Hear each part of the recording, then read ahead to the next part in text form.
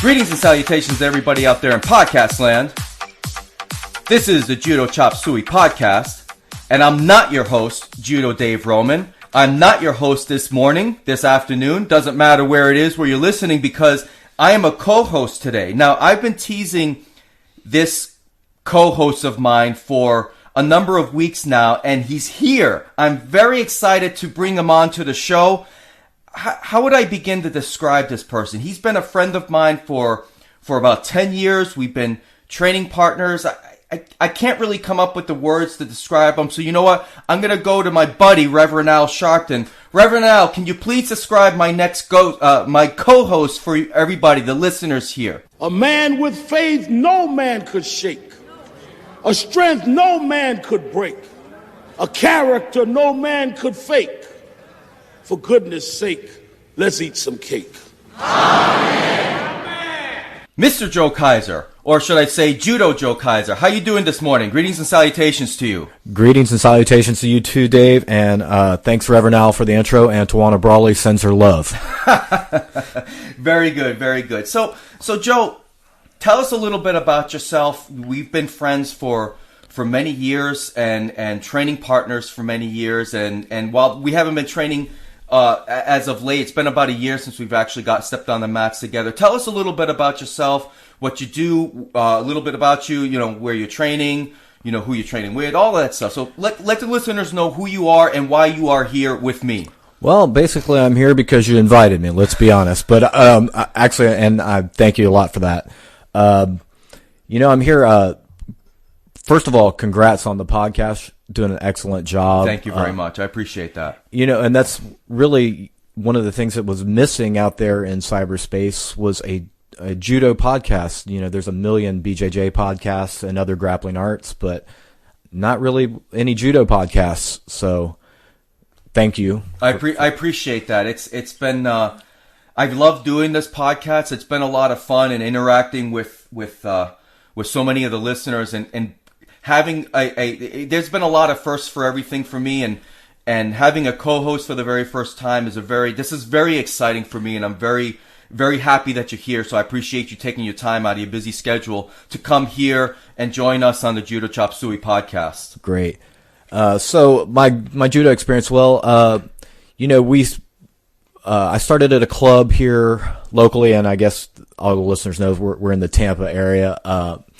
And we're both Bucks fans, by the way. Absolutely. Tampa Bay Buccaneers. Absolutely. 2017 Super Bowl run. You heard it here first. He called his shot. I started here at a club, and that's actually where we met. At the club here where I started, and I stayed there through my all the way to my Sankyu promotion, and then was abruptly asked to leave the club. And for the listeners, just to get a perspective on that, the club I used to train at actually trained out of a church, and most of the members of the judo club were members of the church. I was not one of those people, and not that it's important, but basically me and a couple other of the folks that trained there were not religious whatsoever, and ultimately that's why I believe we were asked to leave the club. And that's how it was from that situation where you came to my club, because I never stole students away from other clubs, but I knew of this situation, and that's how we became regular training partners for a great number of years. I'd say maybe about 4 years or so, about. Yeah, and no disrespect to my sensei at my initial club. You can disrespect him, just don't say his name. All right, okay. I'll no disrespect, but which that means when anybody says no disrespect and then follows that with a but, somebody's about to get disrespected. It's kind of like when somebody says, "I don't mean to sound racist," yeah, but and then something racist is definitely going to come out of their mouth. But it was actually the best thing that ever happened is for my judo. Leaving that club and then going to train with you and our sensei or coach. I know he'd probably smack me from the other side if he could for calling him sensei. He didn't like that.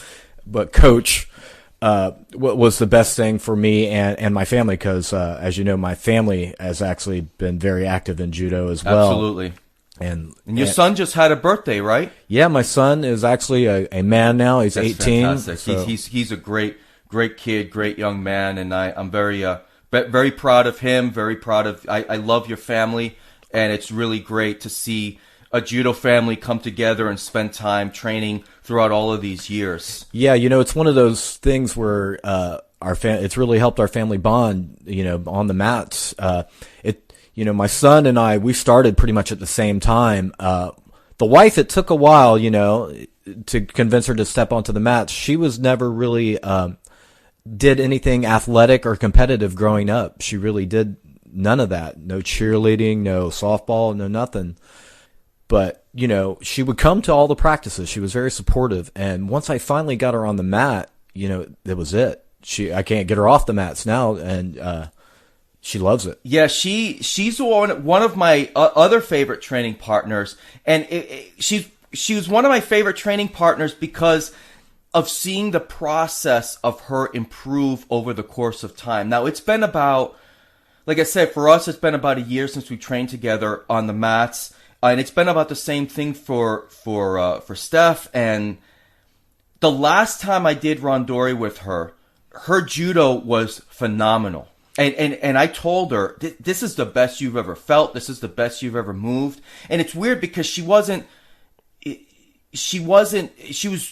primarily doing jiu-jitsu at the time, correct? Yeah, I mean, we at the club, we were probably doing one judo class a week, at least in the gi. Right. Because we actually have a no-gi judo program at the club. And who was that started by? The no-gi judo? Or the judo club as a whole there? It was from our former coach, Dave Middendorf. Yeah, we saw a need for it at the club because, our club was a Brazilian Jiu-Jitsu club primarily. And, I think one advantage that we wanted to give our students in competitions was takedowns. Because unless you came from a wrestling background, you didn't really have any experience with takedowns. And, one of the holes, I think, in a lot of Brazilian Jiu-Jitsu schools' curriculum is, how do you deal with getting your opponent to the ground? Where I've seen it most of the time is a week before a tournament, they'll drill single legs or double legs. Right. I've seen that. Or what used to happen, at least in the judo clubs I've been a part of, not necessarily Dave's, but you'd see tournaments coming up for jiu-jitsu. You'd see these jiu-jitsu guys kind of come into the judo club, a month before, hoping to pick up something. I don't know what, but yeah. I love that idea. Yeah, I'm gonna go to jiu-jitsu. I'm gonna go to a jiu-jitsu tournament, so I'm gonna join a jiu-jitsu club for just a month right before, and I'll figure things out. That yeah, kind of thing. And what usually ends up happening is their opponent either, grabs them with the grip of death, and they just stand there locked, or the guy just sits on his butt anyway. So that month that you spent learning judo takedowns really just went out the window. Yeah. I think that Brazilian Jiu-Jitsu practitioners, once they take a couple judo classes, I think their level of respect for judo, not that they necessarily didn't have it beforehand, but I think it goes, they develop a lot more respect because the learning curve to me, and I'm a practitioner of both arts. Now what's your judo rank? Well, my judo rank as of today is EQ, but as of next week, I'll finally be getting my Shodan promotion. That's fantastic. Yeah. I plan on being there. I'll make sure that that's normally a day where I pick up my sons. I'll make some kind of arrangement to either have them early or whatever the case may be. But I'm not. If you tell me whatever day that is, I want to make sure that I'm there because you're my friend. We've been training for many years, and I want to be there for this big day for you. Yeah, and you're definitely one of the people that I want there. Definitely one of the people that helped me get here because, at my previous club that I was training at, the only high level person there was the instructor. Right. And I really didn't get, to train with the instructor that much. Right. Randori, he's teaching mostly children, you know how that goes. Yeah. And so when I came over with you and Dave Middendorf to train with you guys and his family and brought my family over, everybody there was at a high level. So it forced everyone to get better. And like you were saying with Steph, with her judo, like that initial 6 months that we spent over training with you guys, her level just went from... It jumped. It did for all of us. Same with you. Now, this is very important to me. The listeners, I've talked about my coach a number of times to the listeners about his impact. I haven't gone too much into details because I wanted to talk about him in a more meaningful way with a friend, with somebody that I've trained with, who he trained under. Now, David Middendorf was my judo coach, our judo coach, and most importantly, our friend. And he tragically passed away back in November of last year. And I've not talked about this very much because, again, I'm not looking to open, old wounds and things, get us to, shed tears or anything. But I felt it was important for me to discuss Dave in a relevant and meaningful way.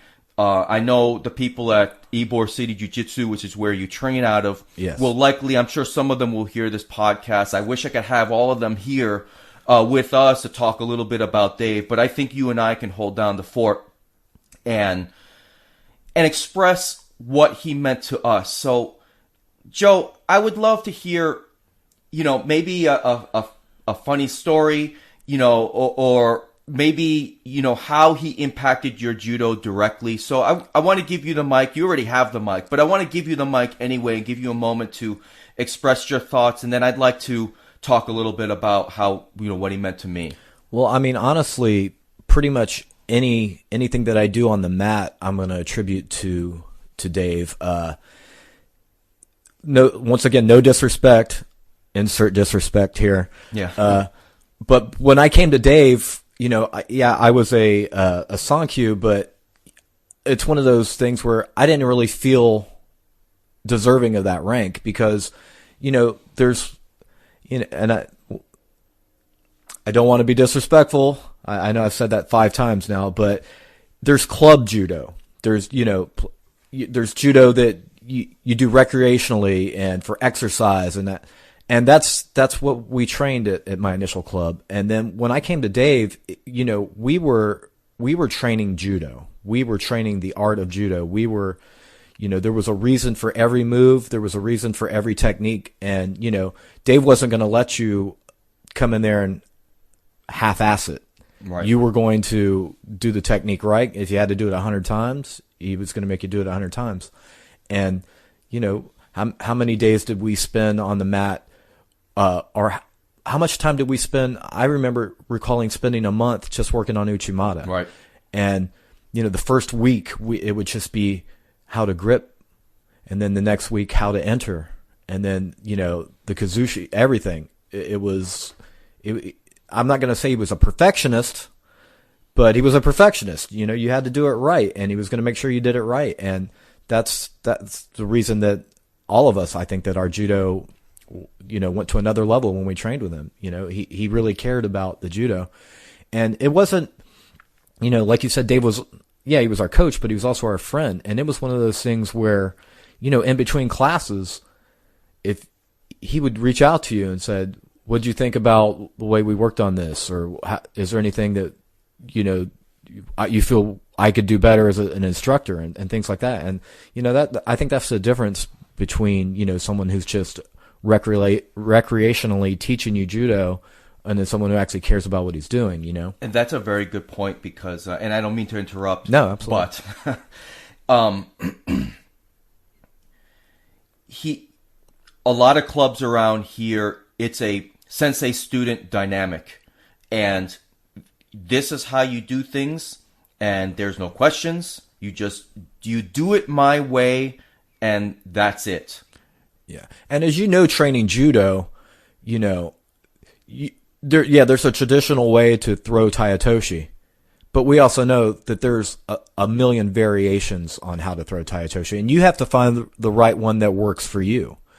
And many times, even when Dave would show us a technique, it wouldn't be a technique that he would use, but he would let you develop your style of doing that technique, and he would work with you on the way that you do it to make sure that you do what fits you. And you're right, that sensei student mentality, that's kind of a old school. I liken that more to like a lot of the traditional martial arts like Taekwondo, karate, where, bow to your sensei. And, Bow to your sensei. And, what I say goes. And we know that that doesn't work. Yeah, it doesn't work for everyone. Especially, and I've said this before, especially for adults.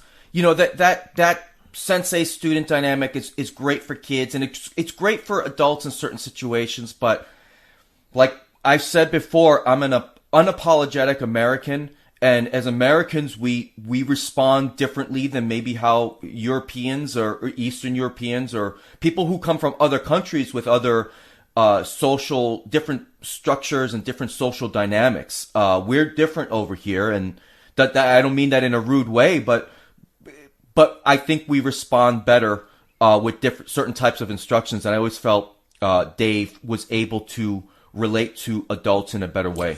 Absolutely. And, most of his club, all the members were adults, I don't recall us really, other than my son. Other than your son. Other than my son, who started training in the adult class at 13 anyways. Right. So, yeah, and, my son loved Dave to death, and he could be treated as an adult anyway. He grew up around me, so he's gonna hear it the way it is. I'm not gonna sugarcoat it for him. So, yeah, I mean, we loved training with Dave and his style, and Dave's family as well. His son and daughter. Yeah.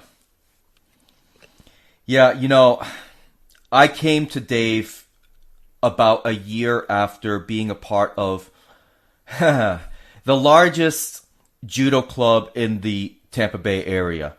And I won't name names. I'll just call him, he's the Lord Voldemort of Tampa Bay Judo, he who must not be named. I always respected him, and I never had an issue with him until I saw him do something toward Dave that was completely unacceptable and unethical to me. He brought in a couple of big guys to put a hurting on Dave because he didn't like the way Dave had a personality that if you didn't understand, he would rub you the wrong way. Now, Dave was from, and the tie that binds me and Dave initially is that we're both from Massachusetts. And people from Massachusetts can be as cold as the weather if you don't know them. So Dave tended to rub people the wrong way, and I got it. He's a masshole. That's what he is. That's exactly. I was going to use that. I was going to use that word. I'm glad you did. Yeah, he's from Massachusetts, and if you don't know him, he's going to be rude probably, and if you get in his face, he's going to probably hit you back. Dave was the toughest dude I've ever known. Absolutely. And he used to be a bouncer at a biker bar for the Outlaws Motorcycle Club. So he was a serious dude and not somebody to get on his bad side. And yeah, I remember he who must not be named brought a couple of guys into the club, and he said to him within earshot of his daughter, "I want you to teach him a lesson." Now, these two guys didn't actually do anything because they weren't stupid. And when they came to this club, we were invited by he who must not be named. They didn't know why they were asked to be there. So I don't put any blame on those guys. I've only met them once in my life, and I won't say who their names are. But they're nice guys in the judo community. They didn't know what they were there for. So when I saw that, I reached out to Dave's daughter on MySpace, if you could remember that. And I said to her, I saw what happened. I saw you heard that. I don't agree with that at all. And I thought it was completely disrespectful and just wrong. So we got to talking through MySpace, and she let me know that that Dave was going to be opening up his own club. And I got a sampling of Dave's teaching ability while I was at this particular club. And I remember him being critical of the instruction at the club very vocally, which, again, Dave had a way about doing things, but he wasn't wrong. And I saw Dave's coaching ability at this club, and I told her, look, when you open, I'll be there. And that was about a year after I started judo. I was promoted to Sankyu in about a year. And so when I went to Dave's club, I was a Sankyu. And when I started training with Dave, in the United States, for those who listen around abroad, and that's about half of you, you get a brown belt at Sankyu.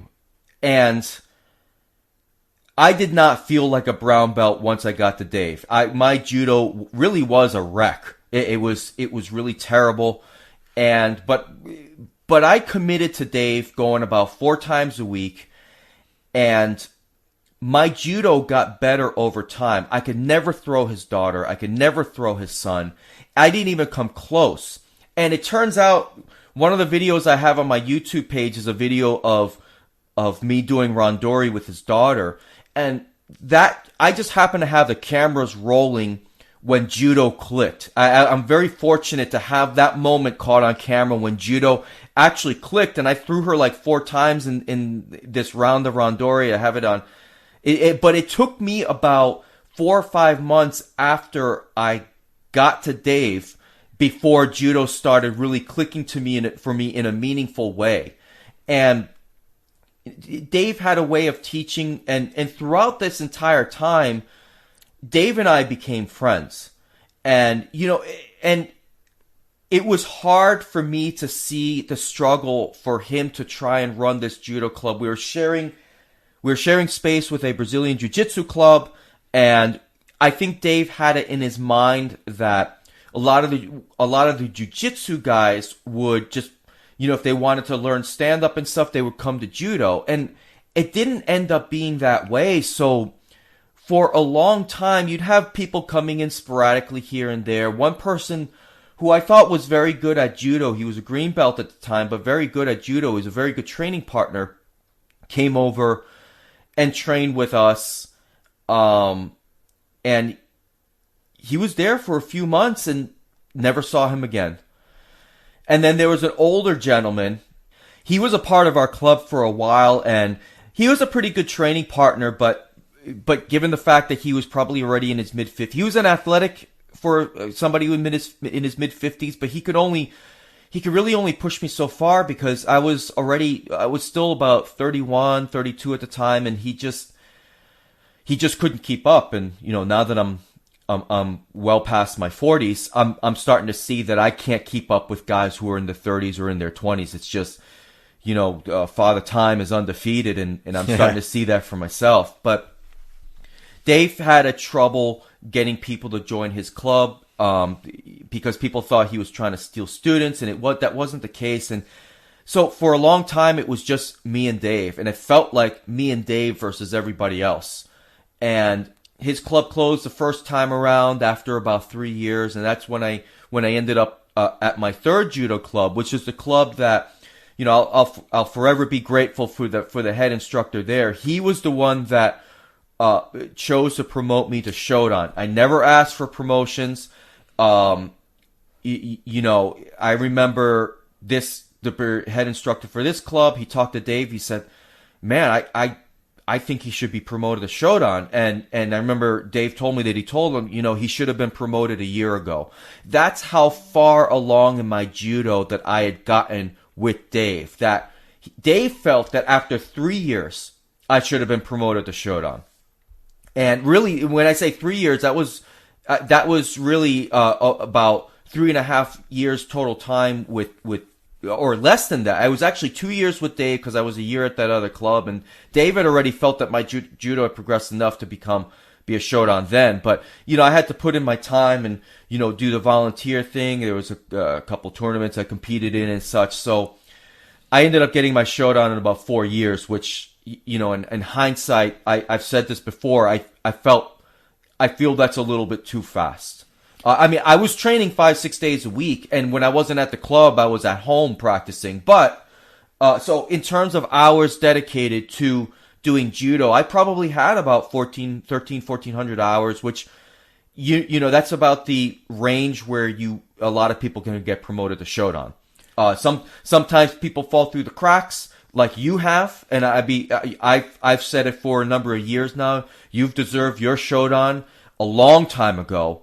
I believe you're ready, and I'm glad to hear that somebody's making it right, because I know Dave, before he passed, was going to promote you to Shodan. Yeah, I actually found out about that, unfortunately, after David passed, that there was planning, getting everything in order to present me with my Shodan. And while I am receiving my Shodan now and very grateful for that, for the folks that are making it happen for me, a little piece of me is a little bit sad that, it won't be Dave wrapping that belt around my waist. But, it is what it is. That's why we got to really make sure that we appreciate everyone while they're here and, never take anything for granted. Now, tell me something about Dave on a personal level. That it could be a story, a funny moment, or anything like that. I want to hear I want you to share that with me, and I have a little quick story here, and we can continue on. All right. So one of my favorite Dave stories is, so for his birthday, us and a bunch of the students and instructors and stuff from Ybor City Jiu-Jitsu Club took Dave to a place here in Tampa called Hamburger Mary's. Now, Hamburger Mary's is a restaurant, serves great food, great atmosphere, but what they're known for are their drag shows. All right, so they have all these drag queens come up there, and they put on their little show, and it's really awesome. But the cool thing is when they asked, is anyone celebrating a birthday? Well, of course, we immediately pointed at Dave, and Dave, being the good sport that he was, got up on stage and actually had to twerk a little bit. They made him and danced with some of the drag queens, and it was so funny. We captured that on video, and it was such a great time, and he absolutely enjoyed it. That's one of my favorite Dave stories.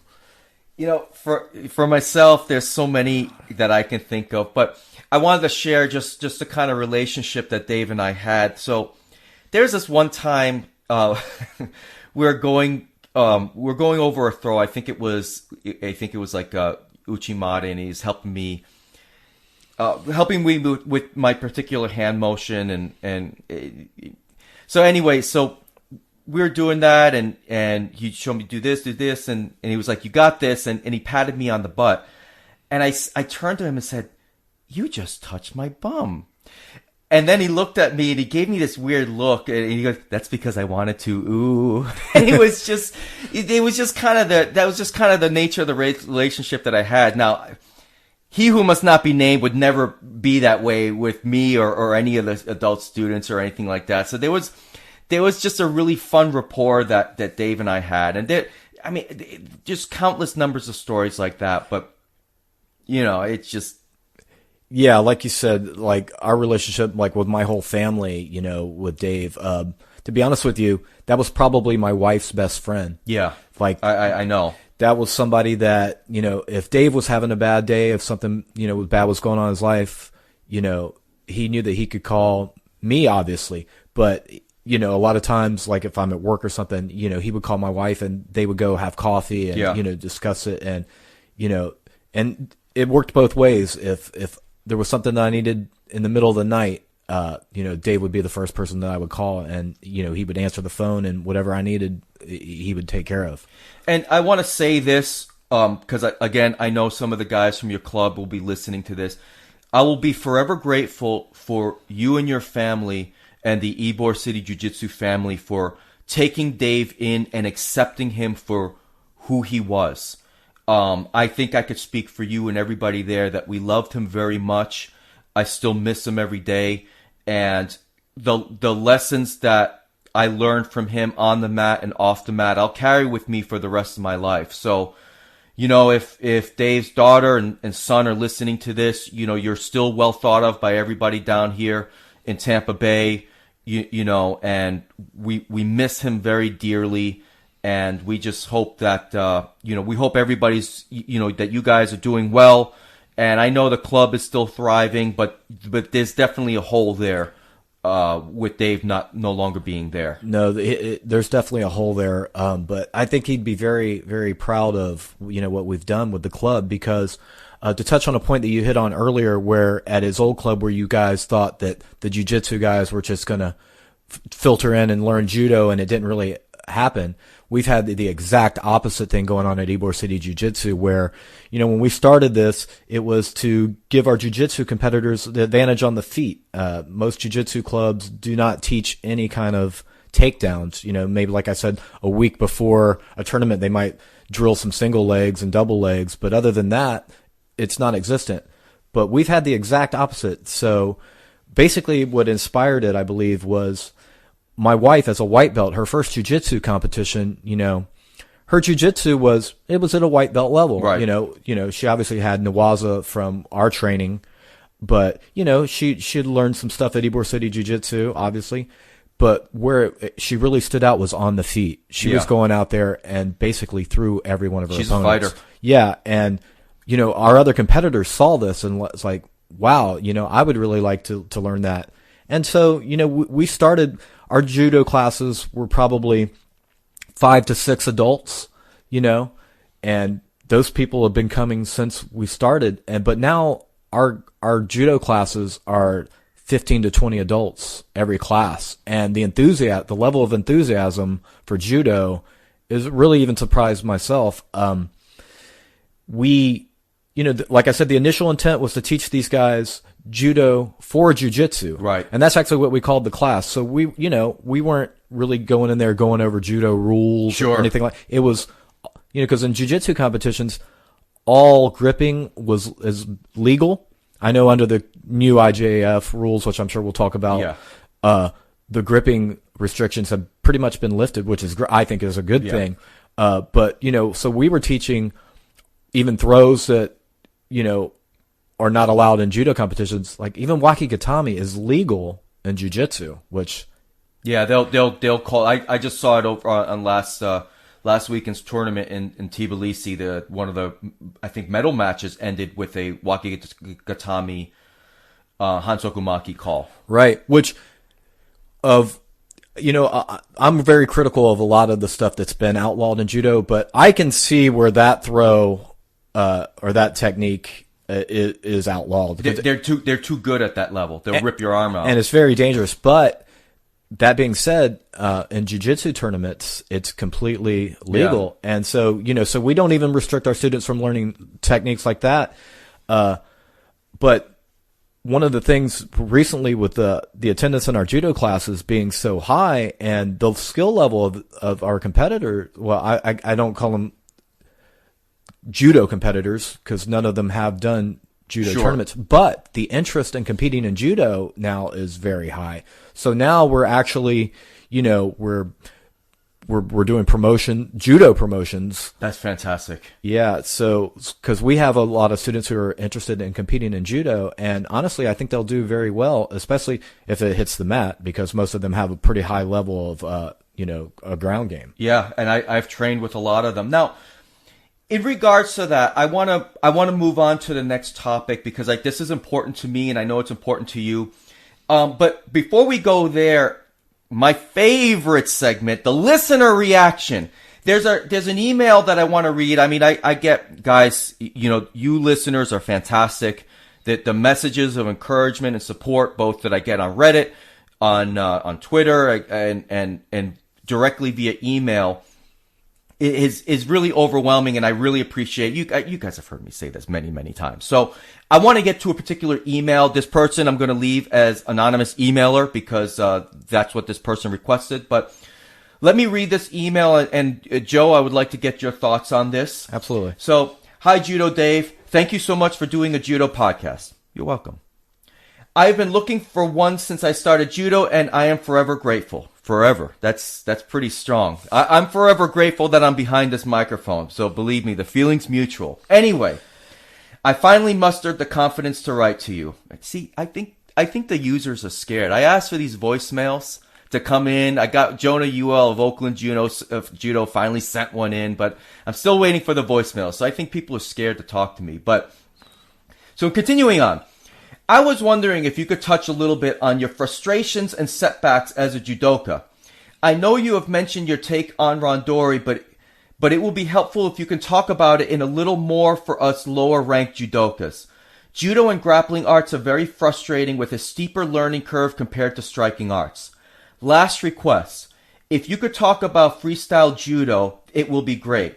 I know we all complain and hate about the IJF rules, but freestyle judo has it all.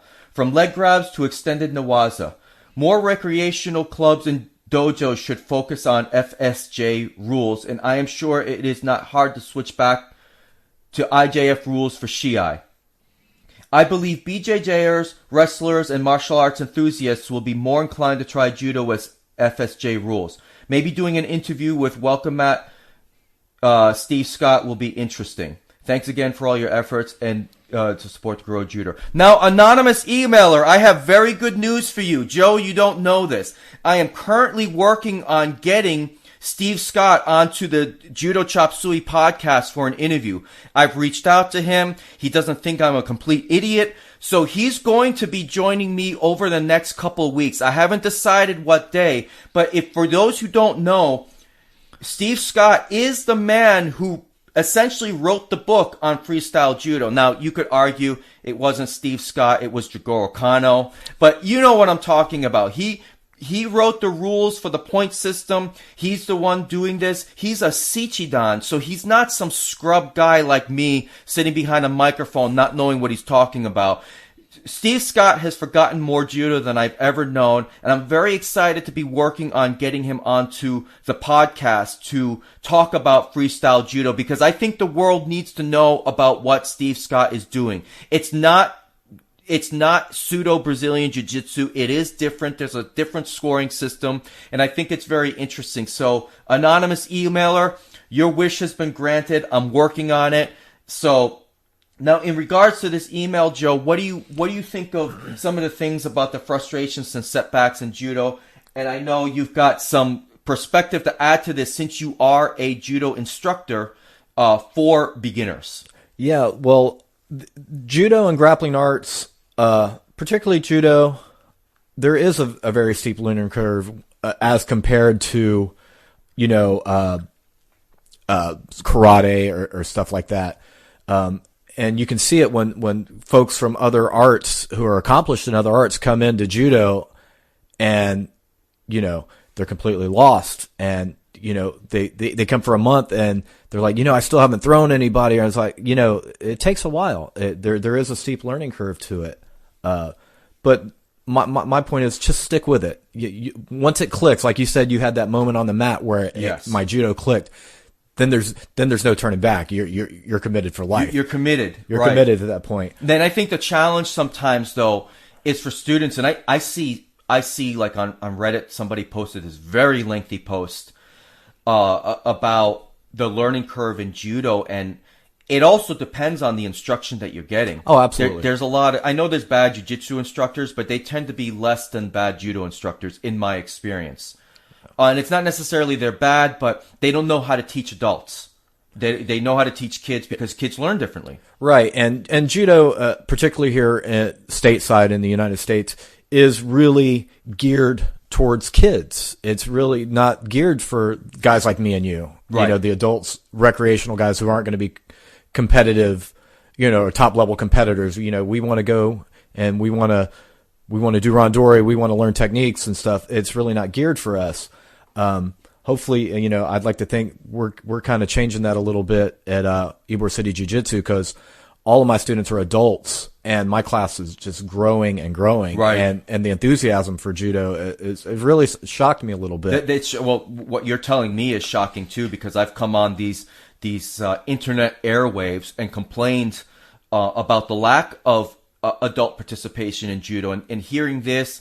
I've talked about United Judo of Tampa. They've got some adults up there. So it's good to see that I'm being proven wrong at some clubs. But overall, I do think USA Judo needs to change their approach when it comes to how they're going to market judo and such. Yeah, I kind of feel like USA Judo has failed to capitalize on the popularity of MMA. It seems like judo, and this is IJF as well, they kind of want to distance themselves from MMA, where I think they should do just the opposite. You know, I know people have feelings one way or the other on Ronda Rousey, but I feel that she's shown that judo can be effective in mixed martial arts. And there's a lot of high-level fighters, like, you know, Fyodor Emelianenko. A lot of these guys have a judo background. And while traditional judo, you know, in the gi, you know, you're going to have to adapt it to apply it to mixed martial arts, but it can be done and it is effective. And freestyle judo, I think I really like the rule set and the scoring system and the way that they're doing it, because, you know, they're doing it without the gi as well. They have without the gi as well. Yep. And I love gi judo. It's a great sport, but I think for folks that want to compete in no gi grappling tournaments and mixed martial arts, you're going to have to train without the gi. I hate to say it. I hate no gi. Really? I do. And the reason why, this was one of those things, Dave took it to his grave. I never told him I couldn't stand doing no gi at the club, because, Dave was a challenge for me, because when I was training with Dave, I'm about 160 pounds now, but when I started with Dave, I was about 145. I was, a 66 kilo fighter, and Dave was at least 215. Yeah. 220. Somebody that could bench 400 pounds. I mean, he was I'm telling you, he was a strong dude. And so I enjoyed the challenge of gi with Dave, because I couldn't throw him. I couldn't, he could outgrip me, he could throw me. I couldn't really throw him for a long time, but the first couple times we did no gi, I'm not saying it doesn't require skill. No gi comes easy to me. I don't know why. It always made sense. And I don't see what the big deal is. You instead of having a jacket, you get, and I was not a wrestler, but when I did no gi with Dave, I was able to throw him. I was able to get advantages. Now, there is a different challenge because people are slippery and stuff, but and there's a separate challenge there. So I'm not poo-pooing no gi for people who like to do it. It's just, for me personally, I never got the kind of challenge that I got from doing judo in a gi. It was just easy for me for whatever. And I'm not saying I'm great. I just saying comparatively, it was always easy for me. Yeah, and see, I've had kind of the opposite. So, we have a no-gi judo class that we teach there because, like I said, a lot of our jiu-jitsu competitors compete in no-gi, and we needed to give them something, because in a lot of no-gi grappling tournaments, you're going to get a lot of wrestlers who've crossed over to BJJ, and, you dealing with a wrestler with a good shot is no easy task. No, right. And so, Dave and I were kind of, and I know that Travis Stevens and Jimmy Pedro have a whole system that they've developed for judo, for jiu-jitsu without the gi, and very, very good system, by the way. And I've kind of been trying to model what we do at Ybor City Jiu-Jitsu after that. For me, especially if you're going up against a wrestler, because we have some wrestlers that attend the no-gi class, the gripping, like you said, once you get the grips, like the underhook and, or overhooks or around the head, or, grabbing a tricep, grabbing a wrist, Yeah, once you get there, you can execute your hip tosses, your inner reaps and stuff like that. But when you're competing against a wrestler, their gripping is a lot different. There's a lot of arm drags, a lot of wrist control to get to your back on the feet. And, I've really found that difficult to adapt to. And, so I've gotten a lot better at my no-gi, on the feet. I mean, obviously I've been training no-gi, Brazilian Jiu-Jitsu for the past couple of years. And I really love that aspect of Jiu-Jitsu as well. Now let me clarify something that, I did say just a minute ago. My aversion to no-gi had more to do with the fact that I was paying to learn judo, and judo is done in a gi. I had no interest in doing no gi. Now, if I came up through a Brazilian Jiu-Jitsu club, or if I was a full-time Brazilian Jiu-Jitsu practitioner, I would not have the same feelings about no gi.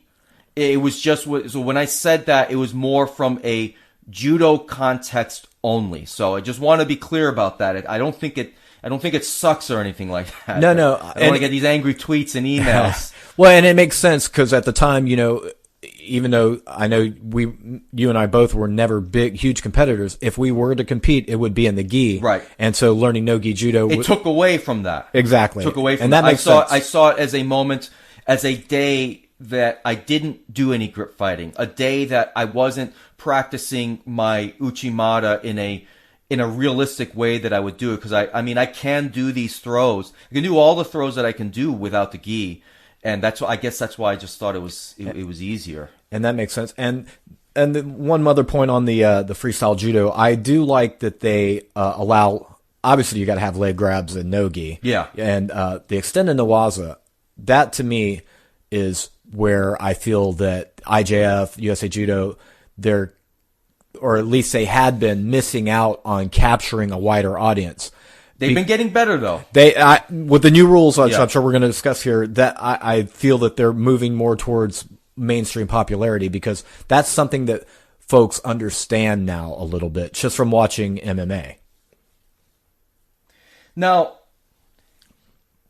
what is some of the things that because you do both judo and Brazilian Jiu-Jitsu, what are some of the things that you think about of the online? There's a rivalry, or so it seems. Yeah. The reality is different. So I'm curious to know, since you've been doing jiu-jitsu for about at least 4 years now, right?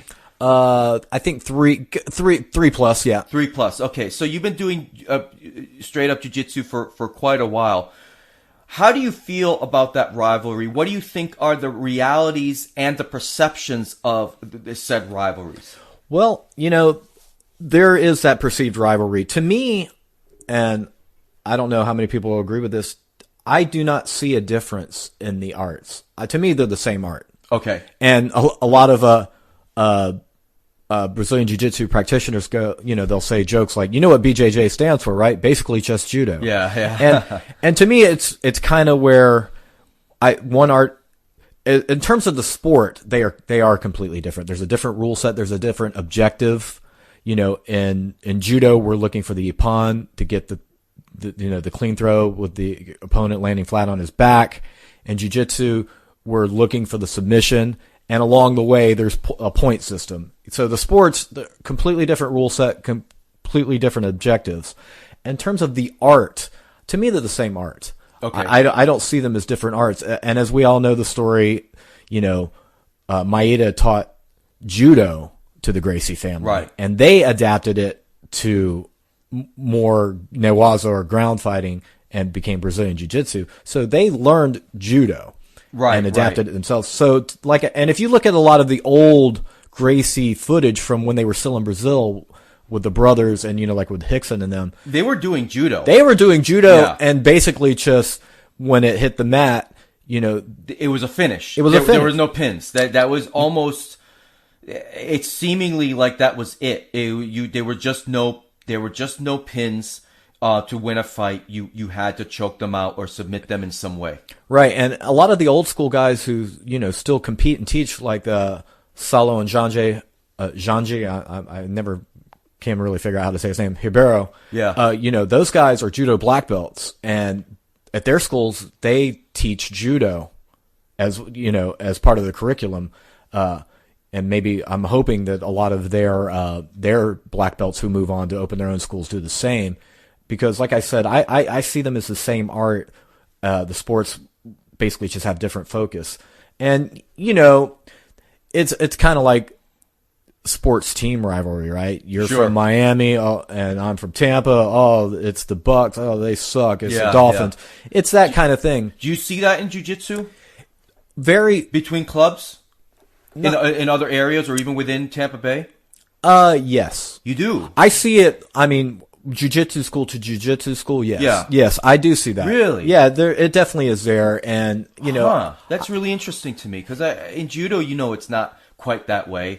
Yeah. Maybe at the highest levels it is, but I don't know. That's really interesting to me. Yeah, there's definitely some club rivalry. And I think it also goes back to the roots, because there's the Carlson Gracie side of jiu-jitsu. Right. And then, so when people come from a different route, our way is better than your way, and there's some of that. But overall, the grappling community is very friendly and good, receptive of one another. There's a lot of people, we'll get visitors from other schools all the time, and you do okay. That's good. And I'm not just tooting my own horn here for my club, but Ybor City Jiu-Jitsu Club is very well respected, and we actually have an open mat on Sundays, and we get folks from clubs all over Central Florida, and people know about our open mat because they know it's a friendly place to come and train.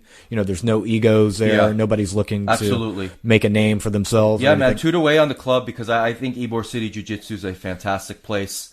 I think Joey Best just has a fantastic club, and he's a very good instructor, very passionate about what he does. So, and nobody's paying me to say that. I'm just telling you the truth. I think it's a great club, and if you visit Tampa Bay, that's got to be on your club list if you're a jiu-jitsu guy for sure. And definitely come see us. And we have some of the top competitors ever in the world in Tampa. Have schools. We have Hobbs and Mora. We have Marcelo Cruz. Tampa's big for jiu-jitsu. It is, and I mean those two guys that I just named. If there's a Mount Rushmore of Brazilian Jiu-Jitsu, you got to put them on. Both of those guys are on there, and I've trained with students from both. I've actually trained at Marcelo Cruz's club, and they're phenomenal.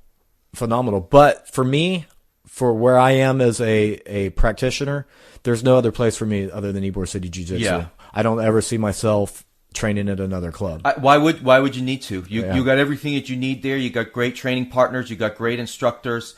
You've got a great training area, and it's got a bathroom. Now, for myself, I think I see the rivalry between judo and jiu-jitsu more online. Actually, I see both sides of people. There are some old school guys that are critical of Brazilian jiu-jitsu, and there's some, and I see this all the time. The enthusiastic white belt, it really annoys me online more than anything. I understand why they do this, because it's like, you train jiu-jitsu for about 3 or 4 months. To the person who's never done it before that walks through the door, you're like a god.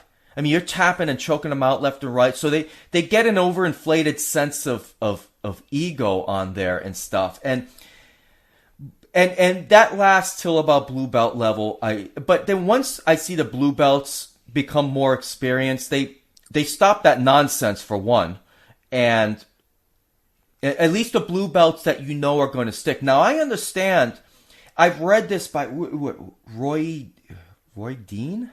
Is he a jiu-jitsu guy, or is it Roy Harris? I can't remember. He's kind of well known out there. I read an article from somebody where he was talking about the retention issues in Brazilian jiu-jitsu. Yeah, you got, well, not just your club, but I know overall you got a lot of clubs with a lot of white and blue belts, but it starts falling off after purple belt. Yeah, honestly, blue belt is your toughest belt. Yeah. Because you're probably going to be in that belt the longest. That's where you're going to learn the most techniques. You're going to learn everything at that level. So that's why most people have their blue belt for the longest period of time. Once you make it to purple belt, purple belt's kind of that line, right? Yeah. If like a guy like me, like I've been a purple belt for about a year now. Right. I don't ever see me off the path. I plan on continuing until I get my black belt, however long it takes. Sure. And, but you're right. That's that path where, when you get to purple belt, you're either a lifer or you're going to drop out. Yeah. But once you get to purple belt, I feel that, you're going to spend the path to black belt is right there at that point. Cause like I said, blue belt is your toughest belt. That's where you're going to do everything that you're going to ever learn. Even at black belt, all the techniques that you are going to use, you've at least attempted at blue belt. Sure. And from there on, it's just sharpening your skills, right, developing your own style. So now, if this, you're going to laugh at this. There is one thing in Brazilian Jiu-Jitsu that annoys me. Okay. Annoys me the hell. And I'm probably going to lose some of the Brazilian Jiu-Jitsu listeners right now. If I ever show my face at Ybor City Jiu-Jitsu again, I'm going to get it. You ready for it? Let's do it. Os! That, to me, is the dumbest thing ever. And let me give you a little bit of background. Sure. My martial arts career, if you want to call it that, it started in karate. Karate, that's a karate thing. And it's not even a Japanese thing. It's something that developed out of karate, and I don't know how Brazilian Jiu-Jitsu picked it up. I did karate years ago. Before the UFC. Before the UFC 1 ever happened, I did karate. That was a karate thing. How the hell did Os become a Brazilian Jiu-Jitsu thing? It's not a Japanese word. It's not something the Japanese do in Japan. If you did Os, that's like going up to your boss and calling them brah or something like that. You don't do that. And I'm sure it would be great. The next time I go to Ybor City to roll or whatever, every time somebody taps me out, they scream, "Oh!" in my face. I would love that. I would love that. Or, I could see, Joey Best being like, "Oh, you have an issue with oh." So I don't like it. I think it's silly. I don't know. What is your initial reaction? What's funny is when I first started hearing people say it, I had to research it. I'm like, what is it? Yeah. And the funny thing is if you go online and Google it, you look at 5 different websites, you're going to get 5 different origins. So to be honest with you, I don't know where it comes from. I'm just a sheep that follows in line. And so when everybody goes, "Os," I go, "Os." Yeah. I don't really know what I'm doing, but I think the point is that it's almost like, "Yes, sensei," or "I understand what you're saying," because generally when you hear it, it's, the instructor's like, "Okay, we're going to set the timer for 3 minutes. You drilling 1 for 1 with your partner. Everybody got that?" And everybody goes, "Oh," so it's almost like Os K, I guess. I don't know. Yeah. It's like, I remember, when I was training with you guys for a while, like a couple times Dave would show a technique and, he'd be like, you got it. And just like Dave was for years and years and years, when I trained with him, he was like, "Yeah, I got it." And then he'd be like, Os? So it's just, it was just, really weird. I can't stand it. It doesn't mean that I wouldn't say it if I was at somebody's club where they did that. I'd just be more like, you know what I would probably do from now on, now that I've let the cat out of the bag? I'll be just over enthusiastic about it. With like just the guy that's louder than everybody. Oh! And we have those guys too. Really? I mean in Brazilian Jiu-Jitsu, not necessarily at my club, but you get the guy who he has to say "Os" the loudest, I guess. Yeah, like I wouldn't be deliberately disrespectful, but I would go along with it, but deep down I'd be just bottle it in, just let it go and bottle it in. It's just a meaningless word that doesn't have just whatever. But yeah, so that's kind of one of my the only thing about Brazilian Jiu-Jitsu, if there was any sense of rivalry or any negative feelings towards Jiu-Jitsu, that's really the only it's thing. It's the word, right? And it's just a comical thing to me. It's just, I don't even mean it. I don't even have a serious feeling about that. I would say maybe one other thing is, and it doesn't bother me any more at all like it used to, because at your club it's not happening. But sometimes Jiu-Jitsu guys would show up at judo clubs, and stick around for 3 or 4 weeks thinking that they were just going to pick up some technique to use in some tournament. And I don't think they were deliberately being disrespectful, but it's almost silly. You're not going to learn anything in a couple of classes or a month that's going to be of any value to you in the short term. I think, especially at traditional clubs where they don't do a lot of grip fighting. I think if a jiu-jitsu guy spent a month grip fighting, that would be far more beneficial than a month practicing a throw, in my opinion. No, absolutely. And I'll tell you, that's where I've seen the biggest improvement from my students at Ybor City Jiu-Jitsu Club. A lot of these guys are younger than me. They're more athletic, but the things that I had techniques on them because, obviously I've been training judo a lot longer than them, and I could out-grip them.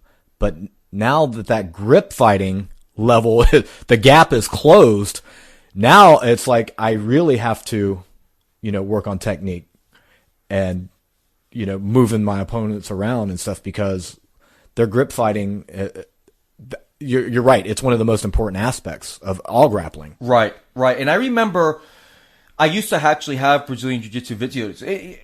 I'm a fan. I'm a fan of Brazilian Jiu-Jitsu. I just, I don't love it like I love judo.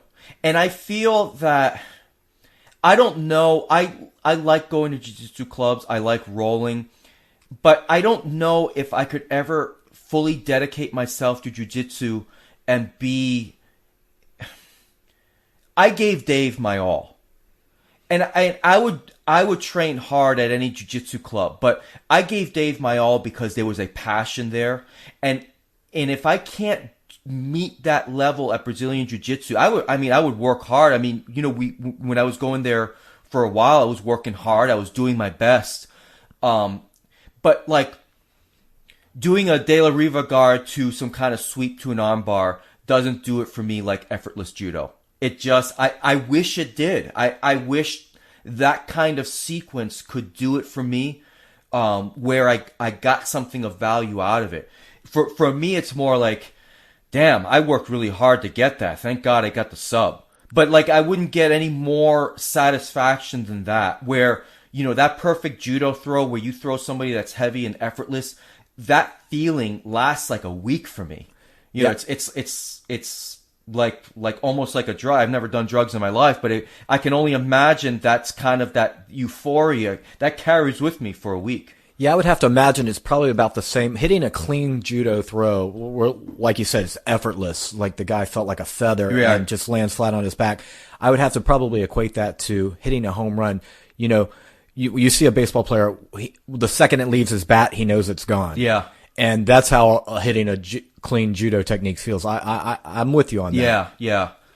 Yeah, but do you get that same sense of accomplishment in jiu-jitsu? It doesn't, whatever the answer to this question is, I'm not trying to suggest that you have less passion for jiu-jitsu, but I'm just curious. Actually, I do have that same level of enthusiasm. So like, if like Joey Best is showing us a cool lapel choke or something like that, and the steps to get there are, you're caught in half guard, you got a knee slice pass to the half guard to get the side control, and then your opponent turns into you and you step around his head and grab the lapel. There's a lot of steps to get there. So executing all of those steps against a resisting opponent, just like when we're doing randori, and actually pulling that off, there is that same sense. Yeah.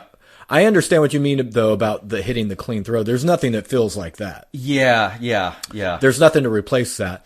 This is like you said, I don't do drugs either, but I imagine one's like a cocaine high and the other's a heroin high. They're both a high, but they're different. And you might prefer one over the other. Right. Now, I got to backtrack from what I just said.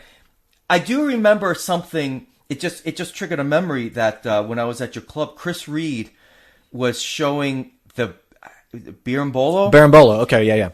When I was doing that and Chris had me doing that and I was learning that, I was like, wow, I'm doing it. I actually look like a jiu-jitsu. I'm sure if somebody recorded this, I look like a jiu-jitsu guy on the ground. This is pretty cool. I'm on my head. I got my feet in somebody's like armpits and arms and stuff. That was pretty cool because it opened up the possibilities. And I think that's where...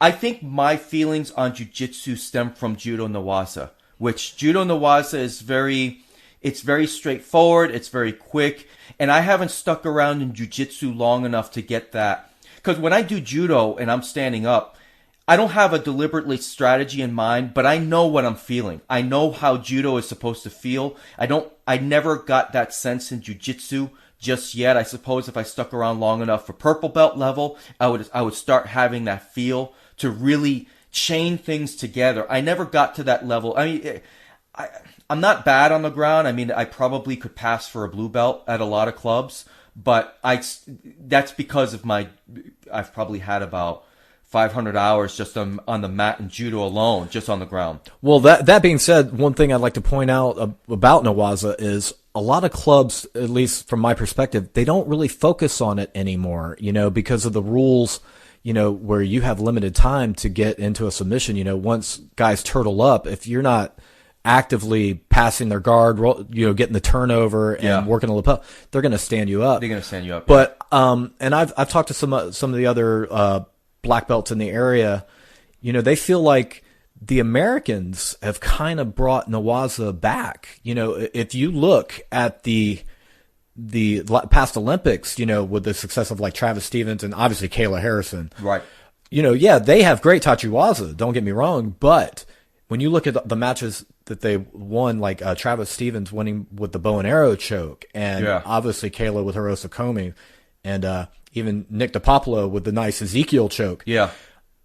They're making Newaza cool again. And to your point, Joe, I mean, you brought up an excellent point, and it's going to be a great segue to the next topic that I want to discuss. Did you have an opportunity to see Jimmy Pedro's... I don't know if you're familiar with Reddit, but... Yeah. Did you see Jimmy Pedro's AMA? Yes, I did. What did you think about that? I thought it was... what I like about Jimmy is he's very... concise with his answers. He doesn't, he doesn't float around answers. If he has an opinion on something, he gives his opinion. And 9 times out of 10, I agree with pretty much everything Jimmy has to say. Yeah, I'm with you there. See, I hang out, I'm on the judo subreddit a lot, and generally speaking, the Reddit community is 30 and under.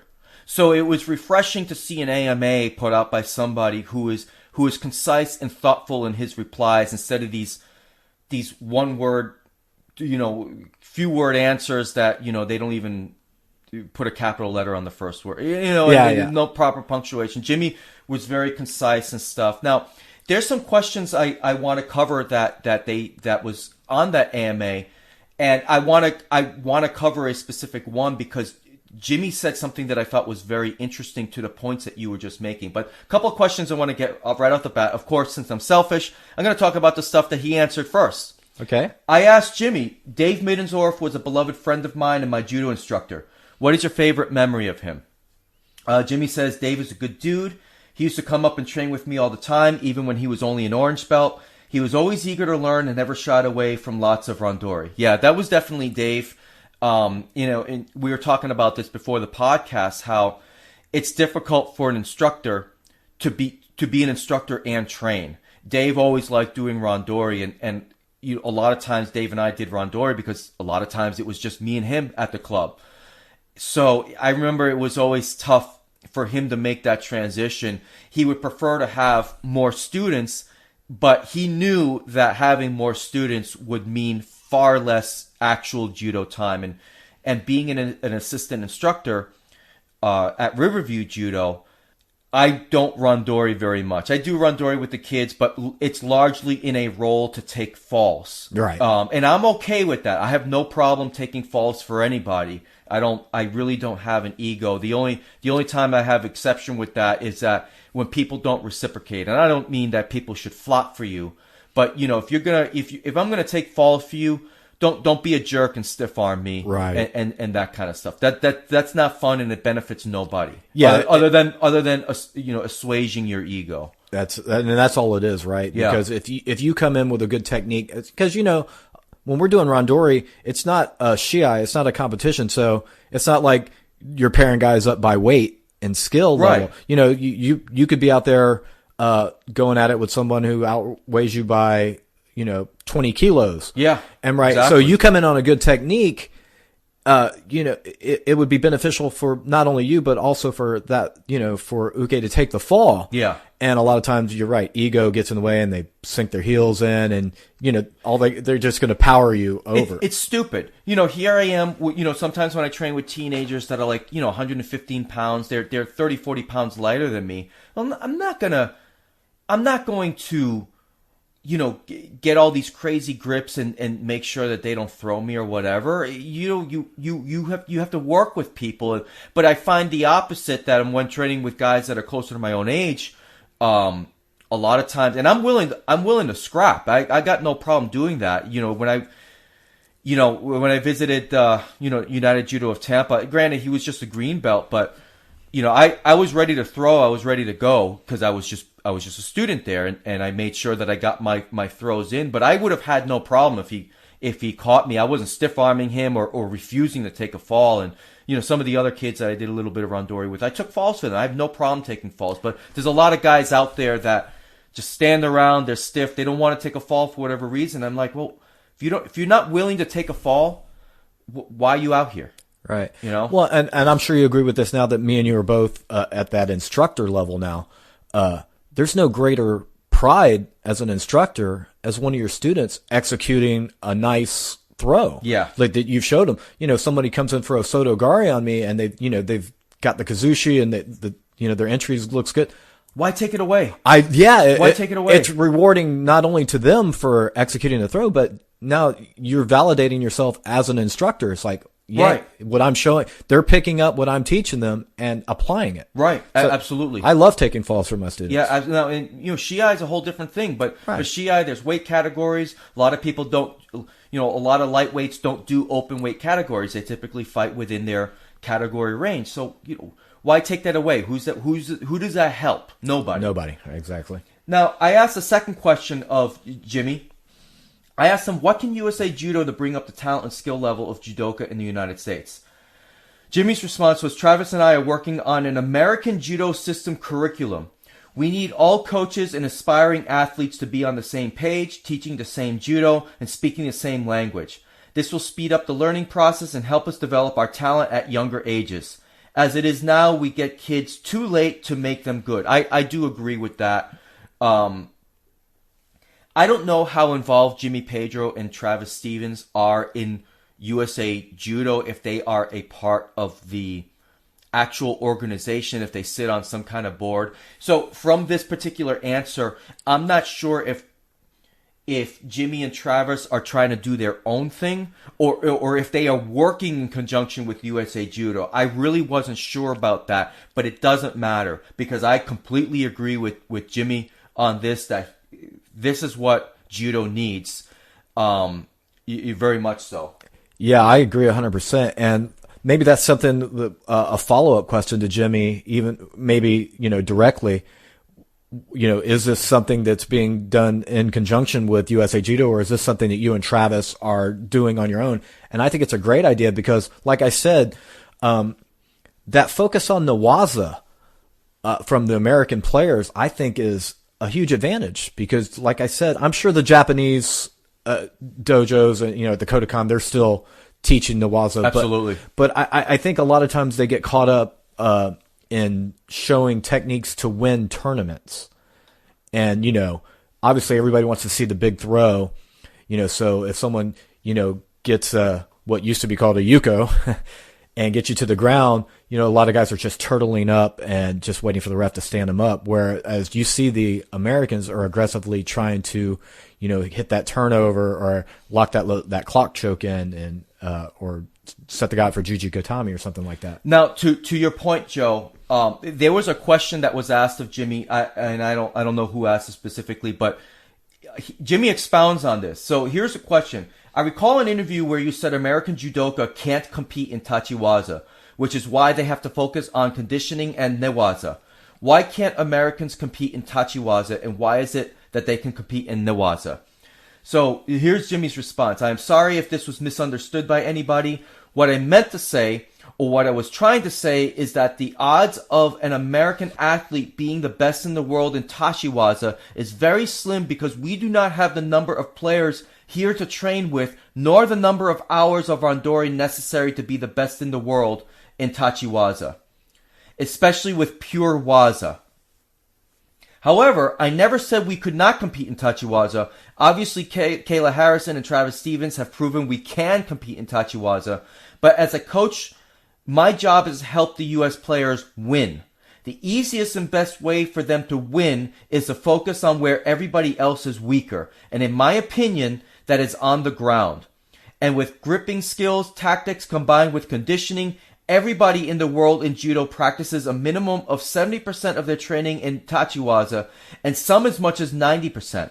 So it only makes sense that everybody is good in tachiwaza, but many are not very good at newaza. Look at Japan's women's team and how many matches they win in newaza. Obviously, this is a focus point of their women's team's training. And that's, to echo your point, Joe, you were just saying about Japan, their structure is a little bit different. What do you think of Jimmy's comments here? I think he's dead on. And if I'm not mistaken, Jimmy actually has a extended grappling background, right? He was a D1 wrestler, I believe. So, and to his point, and like with Travis Stevens, like I said, he, obviously Travis does have good tachiwaza. He's got excellent tachiwaza. But he's also a Brazilian Jiu-Jitsu black belt under John Donaher at the Renzo Gracie Academy. Right. And those guys right now, I believe they call it the Donaher Death Squad, because they are dominating no-gi submission grappling. Like he has guys. Interesting. Yeah, he has guys there like Eddie Cummings, Gary Tonin, and Gordon Ryan, who's this 21-year-old phenom who's just dominating submission-only, no-gi grappling. And basically he'll take on anybody at any weight. And he's proven to be the best at the no-gi grappling. So these are guys that Travis is training with on a regular basis. And I'm not sure, maybe you have more insight on this, if Travis is still going to plan on competing in judo. I don't believe so. I think he's done. I mean, when I talked about this on episode 8 on my podcast, which was, I went into detail on why I thought judo is declining in the United States compared to Brazilian Jiu-Jitsu. I think all you need to go to is look at Travis's Twitter page. It's him, and at least it was a couple months ago. It's him in a Renzo Gracie, one of those tight fitting. What do you call those shirts? The Wicks Away rash guard? Yeah, rash guard. Yeah, Renzo Gracie rash guard. And to me, it's like, well, you're not committed to judo anymore. In a I don't mean he's not committed in judo. What I mean to say is that his focus right now is more Brazilian Jiu-Jitsu, no-gi type competitions with this particular top team. Not American top team, but you know what I mean. But a top level team. Top level team, right. Yeah, and from what I understand, Travis is going to be transitioning into MMA as well. That wouldn't surprise me. I think he's got enough gas in the tank to do that. I know Kayla is looking to go that route, but this is going to sound crazy. I can't believe I'm going to say this. When I say this on the air, Kayla would be great in the WWE. She's got the skills. She's got the looks. She's got the charisma. I think she would be a star in the WWE. She won't do it. I don't think she would do it. But she would, another gold medal person like the great Kurt Angle. To be a part of the WWE in the women's division, she would be over to the moon. Everybody would love her. She's not even 30. She's got the looks, the charisma, the ability to talk, and certainly the most physically skilled person on that roster by far and away. She would be great. That's my opinion. She won't do it. She's gonna go into MMA most likely, and I hate to see her punch in the face. I mean, she's got great looks, and I don't mean that in a sleazy way, you people. I mean that genuinely. Well, and I'm not as deep into the pro wrestling realm as I used to be. And we'll get there. I got my WrestleMania review in a bit. But that being said, and I'm going to use some wrestling terms here, so you're going to be impressed. I could see Kayla Harrison as a face. Absolutely. Everybody would love her. She can't be a heel. But the perfect heel, and let's just talk about the elephant in the room here. Ronda Rousey. Yeah. Because I heard Ronda's got all of that too. But she'd be the best heel. I mean, in WWE. I mean, people generally probably think of her as a heel. Yeah. But imagine her playing the heel to Kayla's face. People. That's a storyline right there, Vince. Now, I don't know Ronda personally. I know Dave did, and his kids did. So I think she would be a great heel, honestly. And she's got the mic skills. She also has the look. She also has the ability. And man, people genuinely hated Ronda for whatever reason. I don't know. I don't have strong feelings about Ronda Rousey because I don't know her. I don't know what she's like as a person. But it seemed like when she was fighting, people were ecstatic to see her lose. Yeah, well, you know how that is. It's no different than pro wrestling. Obviously, we're talking about scripted outcomes. Yeah, sure. Spoiler alert to all you wrestling fans. Yeah, exactly. They are scripted. But, it was the same thing when, the heel who was just dominating a division, loses his title. The reactions are it's all there. And you did see that in MMA with Ronda. So people, I mean, I know that when she lost her title to Holly Holm, I think the venom that people spewed on her Twitter account was over the top. It's over the top. Unnecessary. It looked like people who are way more invested in wrestling than they should be look at MMA as almost kind of a similar thing, and they were reacting in the same way that they would react to a character on a television show. You know, it's just so. Well, look, let's continue on with some of this AMA. There was an interesting question here. How do you retain the recreational adult? And I want your perspective on this because I think you could provide a little bit more insight from a jiu-jitsu standpoint. How do you retain the recreational adult? I find that I lose adult students because they flat out don't like falling and it's so hard on the body. They all seem to go to BJJ because it's easier for them. Now, Jimmy's response is most of the time the recreational adult is lost in judo because one, most dojos do not have the classes specifically for recreational adults. Great point. Two, there is no structured belt system or path to black belt that is clearly defined for the recreational adult. Now, before I continue to three, I could swear Jimmy Hurt listened to my podcast.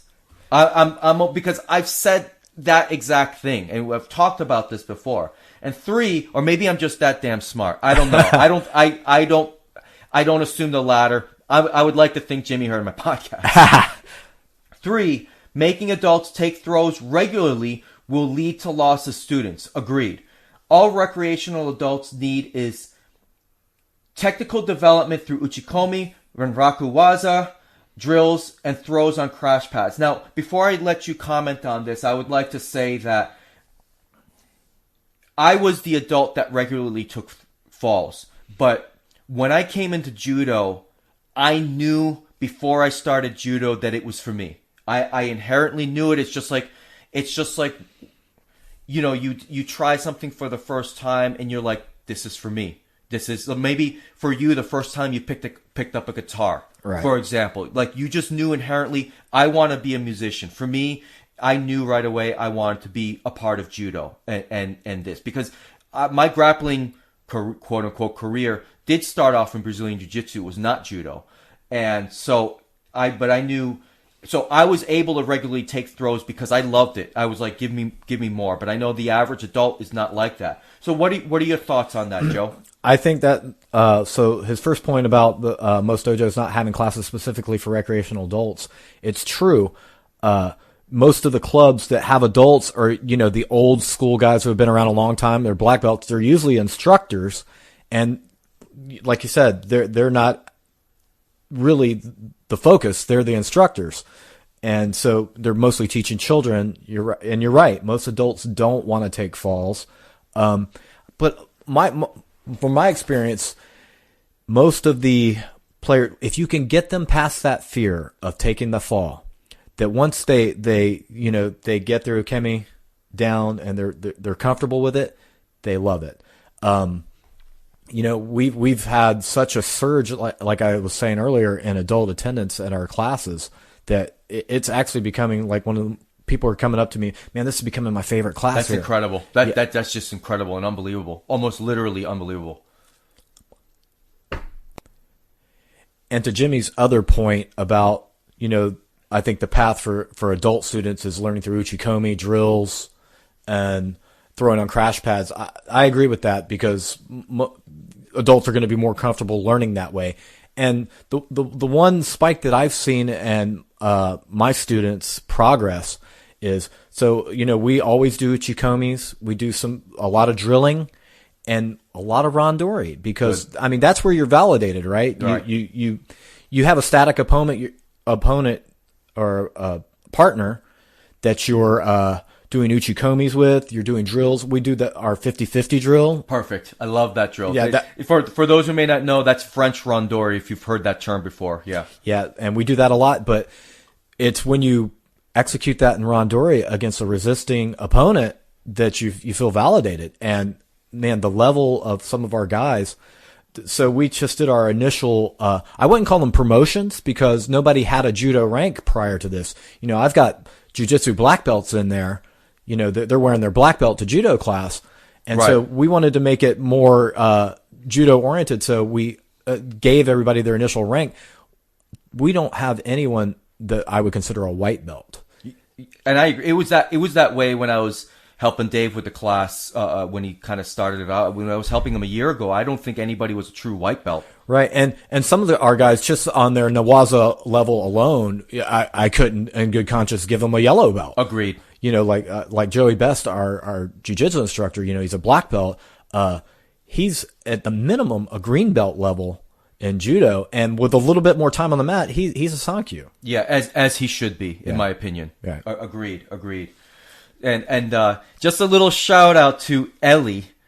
She actually follows me on Instagram now, so I talked to her a little bit through Instagram, and it's my understanding she got a green belt. Is that correct? Yes, she did. Congratulations to you, Ellie. And to be honest with you, Ellie's another one of those students that she rarely misses a judo class, and I could have gave her a brown belt and not even batted an eye about it. She's progressed that far, huh? She's progressed that far, and I remember her being very enthusiastic because when I was at your club, she was a white belt, kind of starting out. Maybe she had a stripe. Stripes on white belts. Yeah. You're a white belt or you're a blue belt. Right. I don't get excited about stripes, but she had made progress, and she was very enthusiastic. That's the first thing that struck out to me about her. Very enthusiastic about learning, willing to learn, and a good student. Honestly, and she's one of our students that's really interested in competing in judo. I could see her going out there and, really doing well at that level. And she's not far from her brown belt either. Good for her. Absolutely.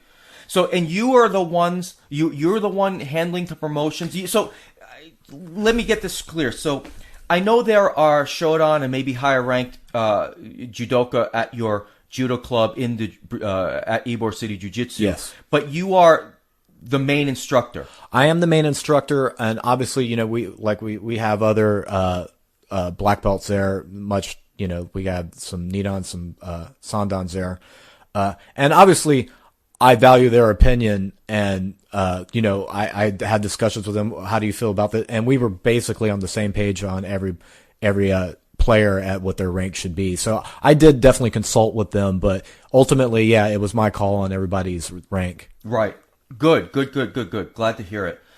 I thought there was a very interesting question that somebody asked, and I thought it was an interesting response from Jimmy. They asked, do you think someone with almost no background in competition can become a good trainer or coach? And his answer is yes. It is possible to still become a good coach without ever having competed, but you must study hard and become a student of the game.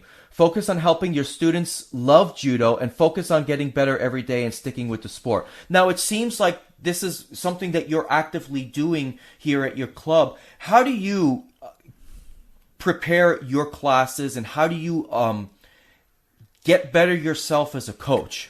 Well, one thing that I try to do is, and all coaches try this, but I try to participate in class as much as instruct. A lot of times I'll do some research. I'll see, like I said, our focus has always been on helping these guys improve their stand-up for jiu-jitsu. But like I said, a lot of them are now showing interest in competing in judo. So, I'm setting them up to be successful in competition. And I was never a big-time competitor myself, as you know. I've done some competitions. I did pretty good. Sure. Even in my first competition, I threw guys that were, had been doing it longer than myself. Right. But that's not bragging on myself. No, don't. Yeah. No, nobody knows. Everybody knows that. But for me, it's I rondori with my students, and I go out there, and like I said, I'll take falls when they execute a technique. But I'm going out, I'm not going out there and flopping for them, Of course, and I'm trying to throw them as well, and show them, how the techniques work and stuff like that. So yeah, and I agree with what Jimmy had to say about that, because I mean, you see it in other sports. Take our own Tiger Woods swing coach that he had, Butch Harmon, I think. Yep. Butch never played golf, not at a PGA level, I don't think. And even if he did, he wasn't as successful. He was a better coach, right? Yeah, absolutely. And then you look at somebody like the coach for the Tampa Bay Lightning, John Cooper. I don't believe he ever played hockey. Not in the NHL, I don't think. I think only at maybe lower levels. Right. And obviously he's an excellent coach. Phil Jackson, the great Bulls and Lakers team. I mean, he played in the NBA, but he was a scrub. Right. He was a 12th man on the bench. John Gruden was like a quarterback at Toledo University. Yeah, and his brother Jay never made it past the Arena Football League. That's right. Yeah. But he's a head coach of the Redskins. So I agree with Jimmy, and this is again with this AMA. I thought Jimmy was very concise. I thought he was very thoughtful in his responses, and I mean there are other questions that he answered that for on the podcast notes. I'll put the link up to the AMA for people who may not be a part of Reddit. It's an interesting read, and I think you guys should see some of the answers that he gave for the very good questions that the judo community on that Reddit on that subreddit asked. I thought it was a very good AMA for sure.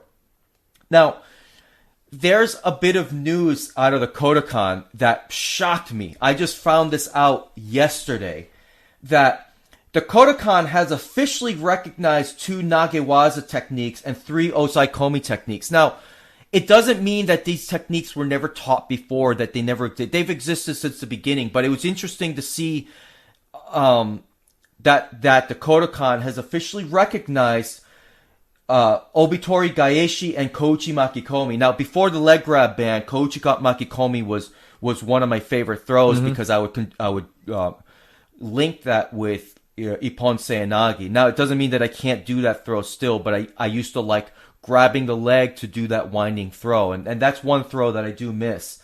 And the 3 Osaikomi techniques was Katami Waza, Ushiro Keisa Katami, which that surprised me. I thought that was part of the curriculum, but I guess not.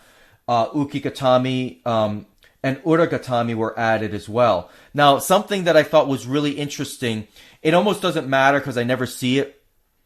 Daki Agi was removed as part of an official recognized technique. Because if you've watched, Joe, the original Kodokan videos put out in the 60s, which are very good. I mean, that's still my go-to, one of my go-tos today if I want to learn a technique. Absolutely. I look at the Kodokan stuff. But I couldn't help but notice that now, when it comes to the throwing techniques, the Dagewaza, there were 67 techniques. They added 2 techniques and took away 1.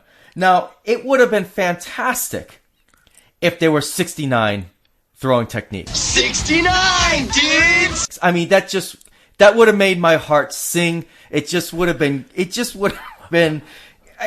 a dream come true. I got a buddy of mine when we talk NBA basketball. We love it when there's a tie score of 69-69. It's one of those things we text each other. Man, the Celtics game is tied in the third quarter, 69-69 with 69 minutes seconds to go in the end of the third. We love that stuff.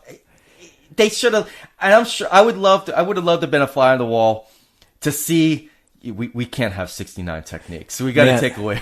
They actually ruined something for me because I had already started my t-shirt business of I'm a master of 69, and then real small under it said techniques. Exactly. I mean, that just would have been the possibilities would have been endless. Yeah, but they're missing out on a huge marketing thing there. But by adding what I did like is by having 68 techniques now, and then adding the the Osaikomi techniques, the official recognized. Now, in terms of a judo syllabus, it's 100 techniques. 100. Oh, okay. So I think that makes sense. Dakiagi was something you never saw. For those who don't know, if you're jiu-jitsu guys, that's a guard slam. In judo, you were allowed to lift up, as long as you lifted up to your shoulder level, they would call ippon there. You never had to actually finish the match because guard slams are illegal in judo. But there is a technique that you could have lifted them up and they would have called ippon. It doesn't mean that they won't do that today because that's still an official rule, but it's not officially recognized anymore. So in jiu-jitsu, can you guard slam like that? Most tournaments don't allow you to do that. Yeah. I think it's poor form. Yeah. It's really poor form. You don't, I mean, at the very least, maybe in jiu-jitsu tournaments, what they should do is count, if you lift them up and count points toward that as a throw or something. I don't know what they do, but conversely, this will be of interest to you. I don't know if you saw it or not, because one of our old training partners, Toro, was recently in a, was it gi or no gi? I believe it was a gi match. He actually had a gi match against Hector Lombard. Did he really? Oh yeah, and I got to be honest with you, Toro probably gave him a good run. A great run, really. Hector Lombard actually was he slammed him on the mat a little bit. It was like some dirty techniques against. Essentially, I mean, I believe Toro's an adult now, maybe. Oh, absolutely. 18, 19 years old. Very lean now, too. He's not the same looking Toro great. That we remember. Looks great, yeah. And for you guys in the BJJ community, Toro is the younger brother of Tubby Aliquing. Yeah. So we train with guess right now in Nogi, the best in the world, right? Yeah, she's up there. Yeah. I know she's going to be doing. She won gold in Nogi. She won the Nogi championship. I think that was out in California, and she's actually been invited to the Abu Dhabi Pros in somewhere in Scandinavia. I want to say maybe it's in Norway, but great competitor. Yeah. She's probably the highest level person I've ever where she's at now. The highest level person I've ever stepped on the mat with.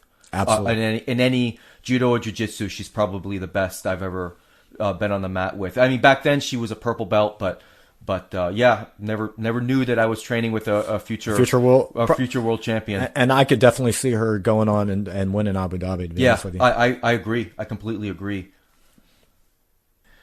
Now, speaking of future world champions and high-level players, last weekend was the Tbilisi Grand Prix. Now, Joe, I asked you in preparation for this podcast for you to take a look at this particular tournament.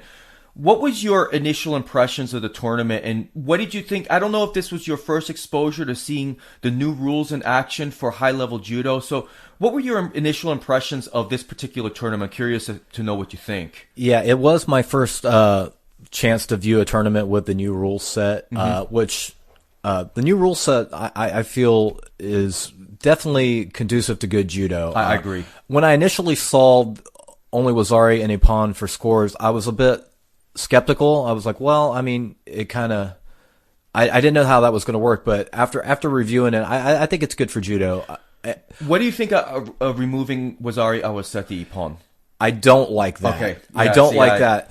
But I understand why they're doing it. You know, they want the clean ippon for the victory. Right. And I guess, you know, if you hit me 3 times with a Wazari, but I hit you with 1 clean ippon, the clean ippon should win. I guess it's kind of, if you want to put that like in boxing terms, if, you know, you hit me with a few good stiff jabs, but I hit you with the overhand right and drop you, the overhand right takes, you know.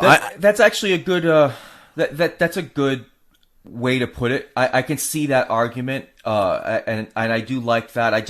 I think my issue with it is that now the Yuko, because they did it this way, and now they're including Yuko scores as part of Wazari. To me, it should be.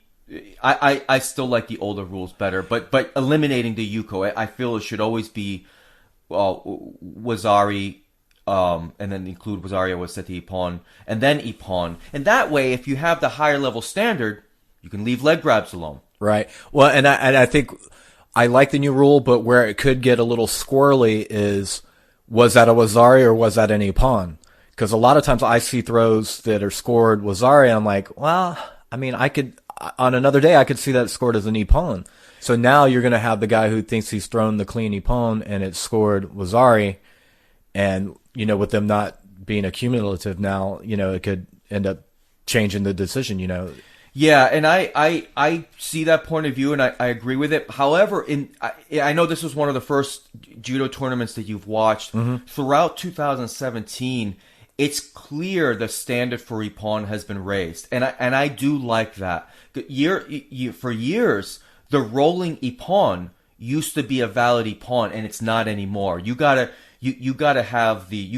rattle some bones to get the ippon score, and I love that. I do love that, and the shorter matches, right? So now there's no. I don't say that players were stalling before, but now it's not 3 minutes of grip fighting, right? And let me get the yuko, which when it was there, or the wazari, and just stall out for the win. Now you see guys coming out and going for ippon. Yeah, yep. Absolutely. And I think overall, and I'm not going to cover the statistics of this particular match contest as I have covered in other contests, but I think we are seeing a trend of more ippon, especially on the women's side. And I think, some of my impressions of this particular Grand Prix is that, once again, the women tend to be getting more scores and less hansokumaki in their matches. Yeah, and I think that across all combat sports, I think you really see that. The women, even for those who watch MMA. Absolutely. Yep. The bell rings, women come out, and they're looking to finish. Yeah. And I'm not saying that they're not strategic. I'm not acting like they're just going out there throwing haymakers and hoping something happens. They're strategic and they're skilled, but there's no feeling out process. There's no reacting to your opponent. It's like, this is what I do. I'm coming out and I'm going for it. And judo is no different. I see the women, they come out, they're looking to get grips and go. Absolutely. Absolutely agreed. Now, I hate to say this, and I'm not being critical of the other high-level players that are out there, but this particular tournament left me a little meh. There was no Japanese representation and very minimal representation from France. Right, the two powerhouses. Now, I don't know why France had such little representation, but it turns out the All Japan, the national championships for Japan, was happening that same weekend.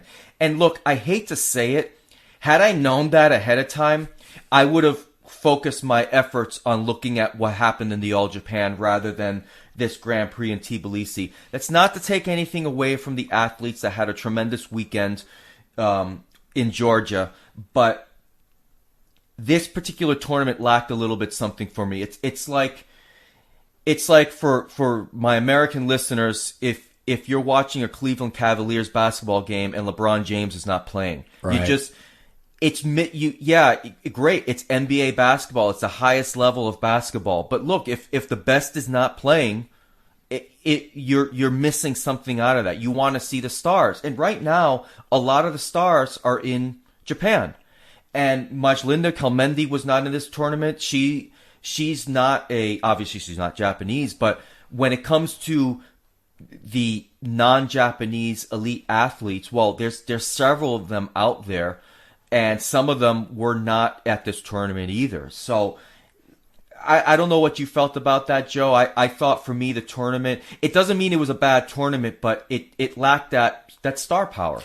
It did. It lacked the star power, but there were some and I'm sure we'll get into this, some odd and curious events nonetheless, like some of the finishes that were kind of left us scratching our heads a little bit, I think. I agree with you, Joe. Now, along those lines, what did you think was a little bit off? Because I saw some things, before you go ahead and start, I got to say this too, along with the lack of star power, the calls in this tournament were and I'm not ragging. It's easy to bully refs, and I'm not trying to insult referees or be critical, but because the referees, I think, have done an A+ job up to this tournament, I thought there were some blown calls here. Well, I think it's probably, and we see this in other sports when there's new rules. There's a learning curve not only for the athletes, but also for the referees. You know, we see it like a lot of times in the NFL per se, when there's a rule change in the preseason. Yes. The refs are adjusting. In judo, we don't have a preseason.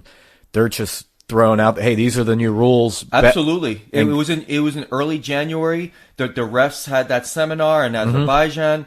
And here we go. You know, the following month or following few weeks, you had the Paris Grand Slam, and exactly. I thought the refs did a great job adjusting, but they had an off day today, or this weekend. I gotta say, I hate to say it, but it was off. So, what were your thoughts on some of the matches, Joe? Well, on the first match we'll talk about here is the Golnikov Redising. I'm going to butcher these names. That's all right. I'm going to butcher these names. We're Americans, damn it. Yeah. What is it? Rutinsky match. Very obviously two countrymen going at it in the finals. Yeah, both Russians. Yeah, both Russians, and that was the under 90 kilogram final. It was a very almost like light randori between two training partners matches that ended with a Juji Gatami that was not. It didn't. I'm not calling a work here. But it just didn't look like there was any. It was a gentleman's agreement, like, okay, you got this one. Yeah, I'll call it a work. The only thing that was missing was a steel chair shot to the head. Because I don't know, whatever happened there, it looked like they had a gentleman's agreement before that particular match. And look, that armbar, I'm a scrub. I could have escaped that armbar. I don't think they were trying very hard in that particular match. Maybe they were extremely exhausted at that point. I don't want to take that away, but it did not look like a very fiery final between two people who wanted to win that particular match. Yeah, agreed. I mean, it didn't look like gold was all that important to them in that particular moment. It's almost as if, they flipped a coin before the match. It's like, all right, you got this one. So when you go for the juji, it looked like he was ready to tap the minute he grabbed his arm. Now, I don't see this happen in judo tournaments, local judo tournaments, but it's my understanding that this kind of stuff happens with some, I hate to say regularity, but it does happen in Brazilian Jiu-Jitsu tournaments. Do you have any experience with that? Is that unfounded, or is there some truth to that? I've actually... I think they take all the drama out of it. A lot of times, if it comes down to two teammates, right, they've pre-decided before the match, hey, if it comes here, I'm bowing to you. Maybe a senior teammate, someone with more experience, yeah, it's your win. I've seen it where they don't even fight in the finals. What do you think about that? I think if it's a local tournament, not an A tournament, yeah, I'm okay with that, because I got to be honest with you. There's nothing on the line other than saying I won this tournament. Now, if it's an A level tournament where something meaningful is on the line, then I kind of do have a problem with it. Yeah, because ultimately you're a competitor, right? And we want to make it look good. In another sport, that might be looked down upon, but I don't have a problem with it at a local level tournament, or something where not really anything is on the line. Yeah, because the next day you're going to be in class training, and you're going to see the guy, so you could settle. You got to make sure that. I hate to say it this way, but when it comes to two club mates, you don't want some accident to happen out in the heat of competition on a local tournament that is meaningless, especially when you've got two top level players that may be competing in a high level Naga tournament 2 months away. You don't want an injury at some local warm up event to cause that particular year to be over with for that athlete. Say bad heel hook got caught or twisted knee. I mean, it kind of stuff happens just in the heat of moments by accident. Yeah, so I see that point. I see merits to both sides, but certainly for local tournaments and things like that, a pre-decided outcome, I think is okay. Yeah, it would be tough for me. I mean, if I was still competing, it would be tough for me. I would still want to keep going. But I think you, especially at that level, you leave it up to the athletes. At a smaller tournament like that, it's their call. If they don't want to go 100% with each other, I'm okay with that.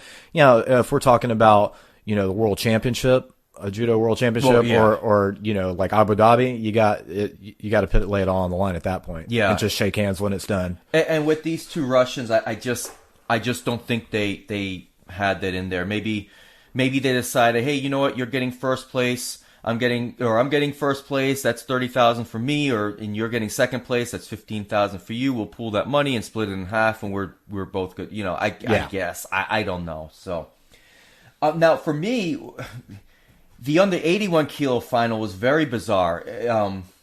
Kubetsov of Russia does the Sori Komagoshi, and it was one of those situations where 2009 called and wants its throwback because he just went up and grabbed the leg on that Sode attack. I'm like, what? What are you doing? Come on, we're 7 years removed from this. You can't do that anymore.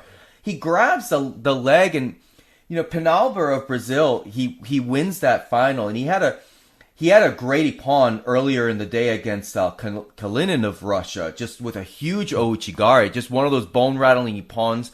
You love to see that. But, man, just to see the 81 kilo final end with a ridiculous... I mean, it wasn't even sneaky. It was just, I'm just going to grab the back of your thigh, and I'm going to roll over and pretend like I didn't do it. The sad thing about it is it was such a beautiful throw. A good throw, too. Such a good throw. So perfect. And my initial perspective on it was, I know by the rules, the refs absolutely got it right. He touched the leg.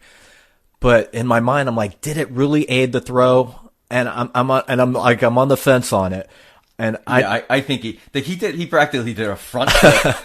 He did a front flip. No way he could have done that without the leg grab. And after review, I watched it a couple times, and they got the call right. But that's the kind of stuff that makes me go, man. I get what they're trying to do with removing the leg grabs. They don't want guys just coming out there and ankle picking guys. Yeah. And that was the 2008 Olympics. That was horrible. Exactly. Horrible. They don't Especially want in that. the lightweight divisions. And they want to see good judo and not leg grabs. I get that. But on a throw like that, man, it's like, you gotta let him grab the leg a little bit.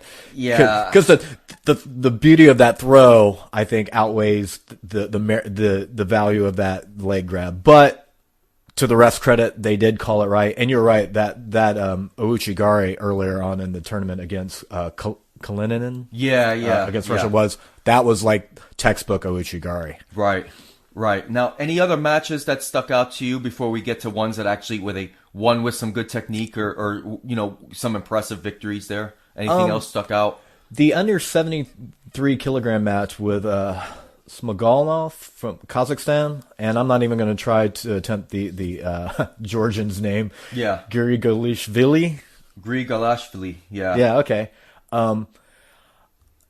What is your opinion on that ouchigari for the win? He landed on his rear first. It should have been called a Wazari. See, I thought, and yes, he did land on his rear first, but I felt that it wasn't like that rolling ippon. I felt that the force was to me was ippon. And I didn't have as much a problem with that particular finish as I did with some of the other finishes and some of the other, not finishes, but calls that the refs made.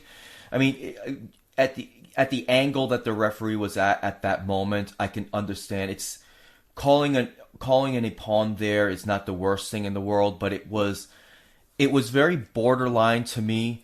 And I know, having after sat through 3+ hours of that referee seminar, I know that they probably, if they were to go back and have another referee session in a month to talk about some of the throws up to this point, they would probably put that particular throw as an example where a Wazari should have been called. Yeah. Because like I've noticed throughout this entire year so far, the throws that are getting called ippon are those bone rattling ippons, and this to me was more of a continuation. It was to me it was quick enough, the continuation, and with force enough that I felt ippon was definitely deserved. But had they called it Wazari, you could, like you said, point to the new rules and where they want to see the big ippon. I could see that as well. I was okay with the ippon call just because I thought the technique was it was spot on. It was spot on. He wasn't getting out of it. He had control. He had force speed. He did have all of that. Just landing on the rear first. It's a very, very close call. So now I thought when it came to the medal matches on the men's side, the under 66 kilo bronze medal match between Poliak of Slovakia, I believe, and Chibana of Brazil was one of the best ones of the day, of the tournament for the men's anyway. Chibana had won with a very, very nice Uchimata. I don't know if you had a chance to see that particular match. What were your thoughts on that? Yeah, it was when executed correctly, and this is obviously just my opinion, Uchimata is the most beautiful throw in judo. And that was a textbook Uchimata to me. He executed perfectly. Yeah, absolutely. Now, I don't know if you had a chance to see some of the women's matches. I mean, look, we both know that, judo tournaments, watching from start to finish, it can be a pretty tough ask. We're talking about, 3 days worth of tournaments, talking many, many hours, probably almost 20 hours worth of judo. It's a lot to watch, to break down. But do you have a chance to watch any of the women's matches at all? I saw the highlights from the women's matches. Okay. So I saw all the Big Ippon finishes, Yeah. which, like I was saying earlier, the women just, to me, it's beautiful judo because they're going for Ippon at all times. I have noticed a trend over the past couple of tournaments. Now, I don't have the statistics for this particular tournament, but the women have been, they're getting more what I like to call pure Ippon.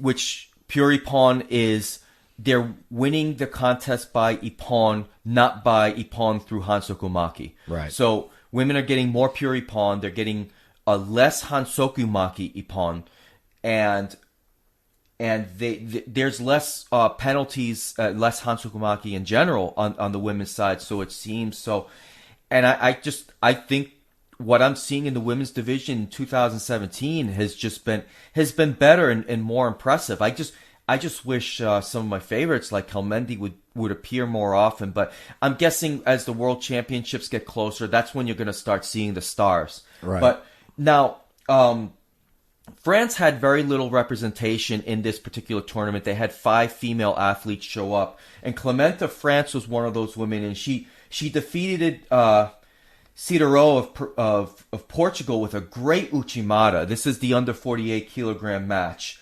And, like I said before, it's a little disappointing to me. This tournament didn't have the same oomph, without Japan and France representing in strong numbers, but it goes to show you that, Clement, is one of those ladies on the France national team that is one to look out for going up in the under 48 kilo final, heading into the World Championships. And Silva, again, of Brazil, who won the gold medal in the Olympics, she in the under 57 kilo division, she lost against the Russian, let me see if I get this name right, Zabludina. And I'm only pointing this out because this is now Silva getting onto the podium. That's all that really matters for her at this point. She's still a strong contender to be a world champion this year. But yeah, she's made 2 medal. She's been on the medal stand twice in the past couple of tournaments, but she has been losing. What was the last tournament? I have this written down here. It was no, I don't have no. I know I can't remember if it was Paris or if it was the last tournament in Baku. But she's gotten bronze twice, where I thought she had a really good chance to get gold. So and again, I'm not sure if you saw this particular highlight at all, Joe. Yeah, I didn't see her match, but I have noticed, like you said, that while she has medaled, I don't know if that's disappointing to her to only have 2 bronzes at this point. I know it's early on in the year, and like you said, I think maybe as the competitions go on, you'll see her, back in form if you consider her out of form at this point. Yeah. Now, one of the matches I wanted to talk about, the under 63 kilo bronze medal match, it was this was one of those other bizarre matches, just like that all-Russian final. It was Smythe Davis of Great Britain going against Lesky of I think Slovenia. Yeah. I was watching this with my buddy Matt, who was down for WrestleMania, and you know he didn't seem very interested in judo at all. I think as soon as he saw this match, he went back to looking on his phone. And I was like, yeah, you know what? I'm going to put on the WWE Network. It's more entertaining at this point. This match was really weird. I don't know what happened there, but it almost looked like, I doubt these two ladies had an agreement before the match, given that they're from two different countries. But Smythe Davis looked terrible out there. She kind of flopped around like a fish, and it was just really odd. I don't know what she was doing. It's almost like maybe she got dizzy. You know, she just kind of fell on her side, and Lesky had a fantastic picture perfect turnover. Smythe Davis kind of ended up in a, you know, flat on the ground. She turned her, like in a turtle position, turned her over and choked her out. It was just kind of a bizarre match. And you know, the last ladies highlight that I wanted to talk about was Iaromka of the Ukraine. She had another strong finish. This is 2 tournaments in a row where she wins another medal, defeating Pakiente of Lithuania with a huge osotogari. She's got a great osotogari, and I would expect, as the World Championships are heading toward, as we're getting closer and closer to the World Championships, I expect a lot of great things of Iaromka of the Ukraine. She's been performing really well, and I'm impressed with her in that division. Yeah, I did see that finish with that osotogari, and great, another bone rattling throw. Yeah. She's very good. I mean, again, she's got to show it against the Japanese women. There's the Japanese have a couple of really good over 78 kilo lady fighters there, and she's got to be able to prove it there. But she has what it takes, in my opinion. I think she's got very good judo. Yeah, and these in tournaments like this, like you were saying, that don't have the big representation for the big two, being France and Japan, this is a chance for, you know, like Iaromka from Ukraine, them to, I'm not going to say hone their skills, but, you know, maybe give them some confidence going into the larger tournaments where, you know, they're going to be going up against competitors from Japan and France. And so, yeah, that was definitely a great performance by her. Absolutely. So, were there any other contests in this particular tournament that stuck out to you, Joe? One in particular, the Margelidon and Kurzhev match. You know, it looked like. Oh, that's right. Go ahead. You know, it ended rather abruptly, and I was trying to figure out, you know, what actually happened there. And then I noticed that Margelidon, under, you know, when his judogi was open, it looked like he had a big white bandage across his ribs, and it appeared that once Kurzhev was they were on the ground and he was transitioning into side control there, Margelidon was already ready to tap. So I think that injury is what really caused that. Yeah, that was you know, when we were talking about some of the unusual finishes in this particular tournament, that was one of them. I forgot to mention that earlier when we were reviewing these matches. I gotta believe broken ribs, maybe. What do you think, Joe? Yeah, because like I said, as soon as they hit the tatami there, he was already wincing. It looked like when I went back and watched it, and it didn't even look like Kurzhev had secured Osakomi at all. He was already tapping. So I had to think that the injury is what really prompted that quick tap. Right. Yeah, I would agree with that.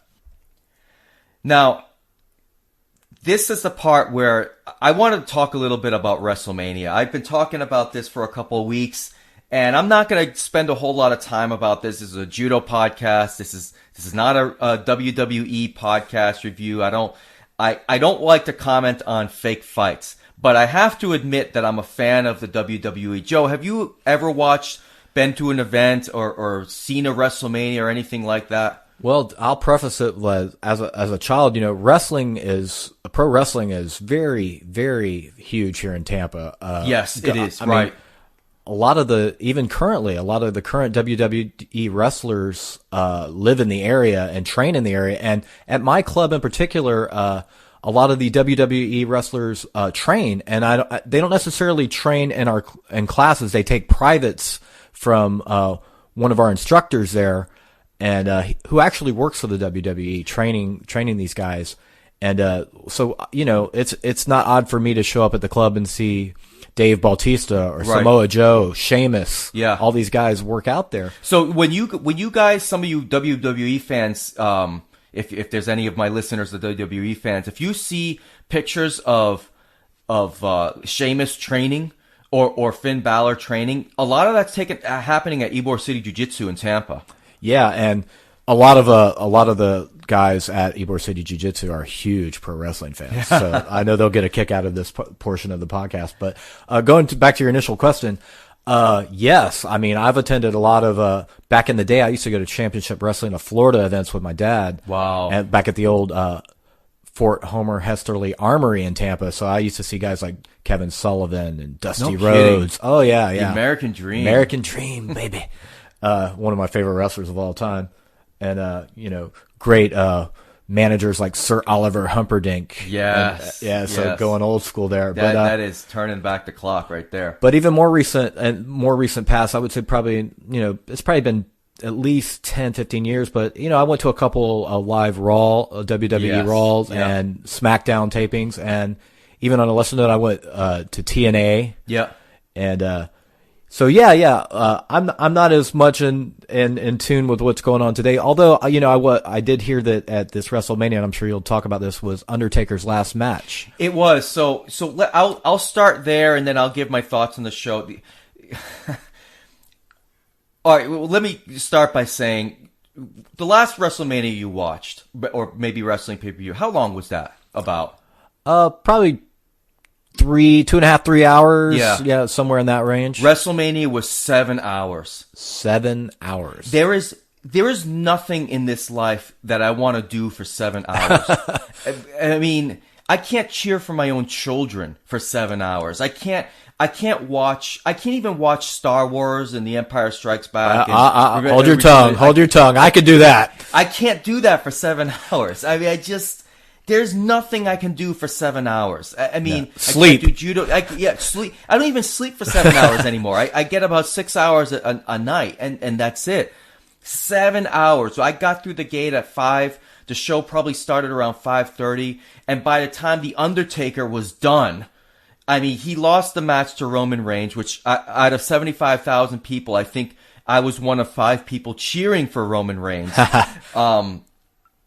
But when Roman Reigns beat The Undertaker, which I predicted he would, because if he lost to The Undertaker, his career would have just nosedived. Right. So now Roman Reigns is a top heel in the WWE, so whatever. But that Undertaker end, it lasted probably about a half hour. I was done watching WrestleMania.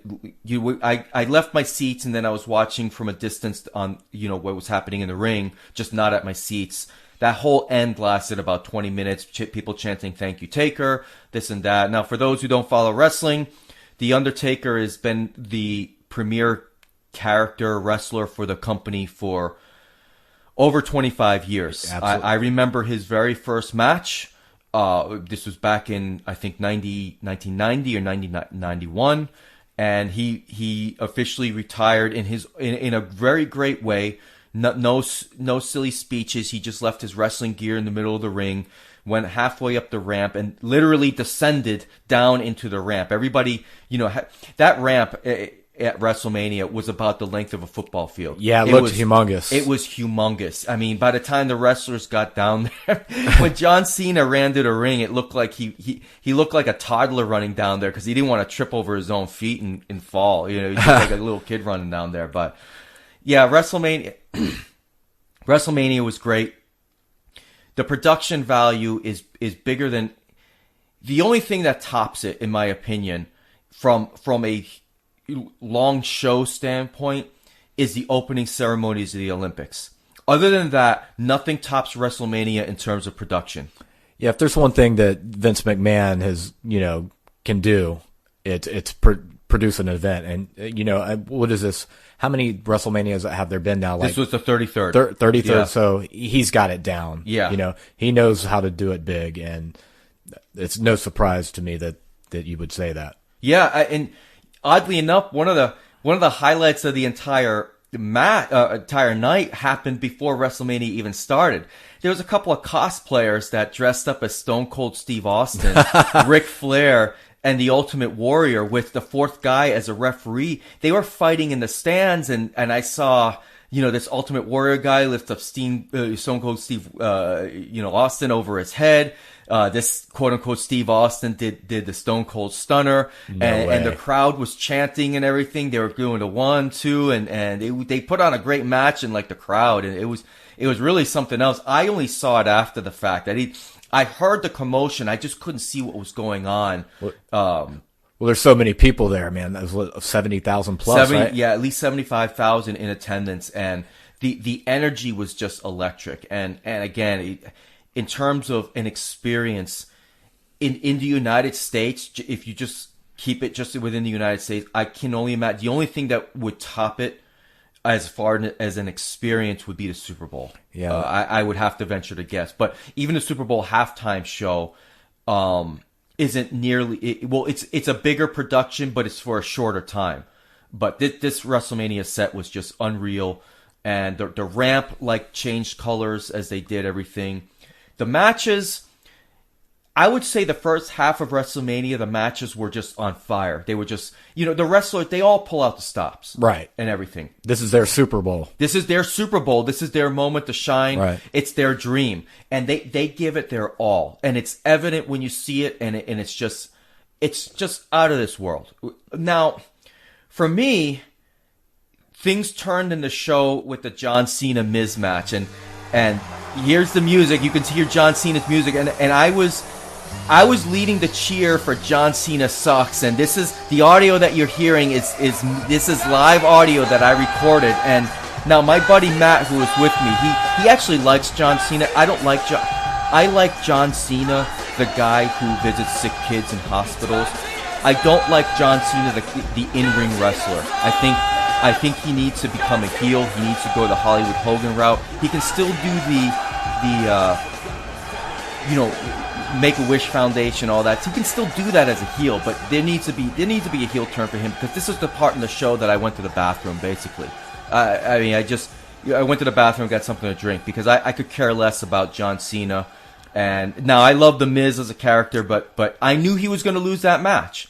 And then typical, they wasted 10 minutes of him proposing to Nikki Bella. It was just silly. I got my booze in, and that's when I went to go use the restroom. So and you guys are hearing that's actual recorded footage. And after I was the loudest John Cena sucks, cheering and everything. I turned to my buddy Matt, and he has this look on his face like he wants to give me a high five to the face with a steel chair. I mean, that's what he looked like there. He loves Cena, I guess. I don't know. So I got to ask, being out of pro wrestling a little bit, has John Cena always been a face? Yeah, he's been a face, and I can understand why, the things that he does for the military families, the charities. He's a great human being. Yeah. He just reminds me of those, because he's from Massachusetts. He reminds me of the kind of, I play football, ha ha ha ha, the kind of guy that would stick your head in the toilet and give you a swirly. Right. He reminds me of that kind of guy. Just a lot of guys in Massachusetts are what I would call likes to fight guy. Yeah. You look at a guy the wrong way and, hey, well, you want to go, huh? Disrespecting me? Yeah, you're disrespecting me, And John Cena has this pseudo Marky Mark, yes, look like, oh, you can't see me, dog. I hate that stuff. I need, You know what though? I agree with you on that would be the most epic face turn heel since Hulk Hogan. And look what it did for Hogan. He was career. more popular. Yeah, and that maybe at some point, if Cena's popularity diminishes, that's the route to go. It is, because after the famous Hogan heel turn, which was awesome. Oh, I still remember that. It was incredible. People throwing stuff into the ring. They couldn't. People crying. They couldn't believe it. I showed my son the video when my buddy Matt was here, and we were just pausing it, seeing full cups of beer being thrown at Hogan and stuff. People thought this was real back then. There was no internet back then. Not like it is today. Right. And people just didn't realize that they thought there was a an NWO takeover. The New World Order. But after a while, kids were showing up in the arenas with fake black beards and Yeah, stuff like yeah. that. People loved Hogan. They loved him as a heel. They loved him as a face. And I think Cena could survive that. Oh, absolutely. And at some point, I'm sure that the WWE is doing great now, ratings wise. No, not as good. Oh, really? No, not as good as the Attitude Era. Well, yeah. Well, because they don't really. So they have their own network now. That's how it works, right? Yeah, so. they do, and they own all the properties of those old wrestling promotions. I'm sure Joey Best has a WWE Network subscription to watch some of the sure. American Dream and the old WCW days and stuff like that. That's brilliant, man. Yeah, it's really great. Yeah, they own everything now. That also makes me want to get a subscription just for the old days. Just for the old days, it's worth it. But I don't watch like the stuff they put out there now. Well, if the ratings aren't what, like you said, like the Attitude Days, maybe the heel turn for Cena is. Hey, if you're listening, Vincent, I know you are. Yeah. And you no royalties. You don't owe us anything. Just go ahead and make the heel turn. Just do it. Maybe I'll like him then. Yeah, it needs to happen. And now, but at that point of the match, at that point of the show, it was the overall show. I mean, there were good matches after that, but people started getting exhausted a little bit. And I tell you, I thought the Undertaker Roman Reigns match was last, and that came after the Bray Wyatt Randy Orton WWE title match, which. I don't want to turn this into a WrestleMania podcast, but Bray Wyatt should not have lost that belt to Orton. I think Bray Wyatt needed to hold on that belt. I didn't like that at all. But at that point, I was thinking, great, one more match. And then the SmackDown Women's Championship match, a 4-way match came out. Like, oh my God. It was like 11:45 at that point. I was like, oh no. It was just, at that point, I was exhausted. And it was just, people were fatigued. I mean, even the hardcore wrestling fans, you're tired at that point. So it ended, tell you, Undertaker match against Roman Reigns. I don't know if it was deliberate or not, but the way that Undertaker wrestled out there, he looked like a 53-year-old man going against a 28-year-old man. And it just wasn't, it didn't look good at all. It was a bad match, and I don't blame Taker for that. He should have retired 5 years ago, but he didn't. But the send-off was proper. Yeah, that's the thing. Whether you're a wrestling fan or not, you have to respect the level of effort. Absolutely. And people don't realize, or maybe people do, but these guys travel 250 plus days out of the year. Absolutely. They're putting on shows 3 to 4 times a week, and that travel schedule, they're taking bumps out there. They are. The results are scripted, but look, you jump off the top rope and do an elbow on somebody. Somebody's landing on you with an elbow drop from the top rope. That's not fake. And it's not much better for the guy doing the elbow either, right. Because if you've ever climbed into one of those pro wrestling rings, they're not soft. Right. When we're doing judo, we're taking falls on a nice cushioned tatami. Those are not that soft. Yeah. I mean, I know the rings have give. I mean, and they put they probably still put the mic. They definitely put a microphone underneath the ring because, here I am sitting seemingly like 100 rows up, and I'm hearing atomic drops like it's happening right next to me. But still, I gotta say, the highlight of the night was the return of the Hardy Boys, and that was now the Hardy Boys.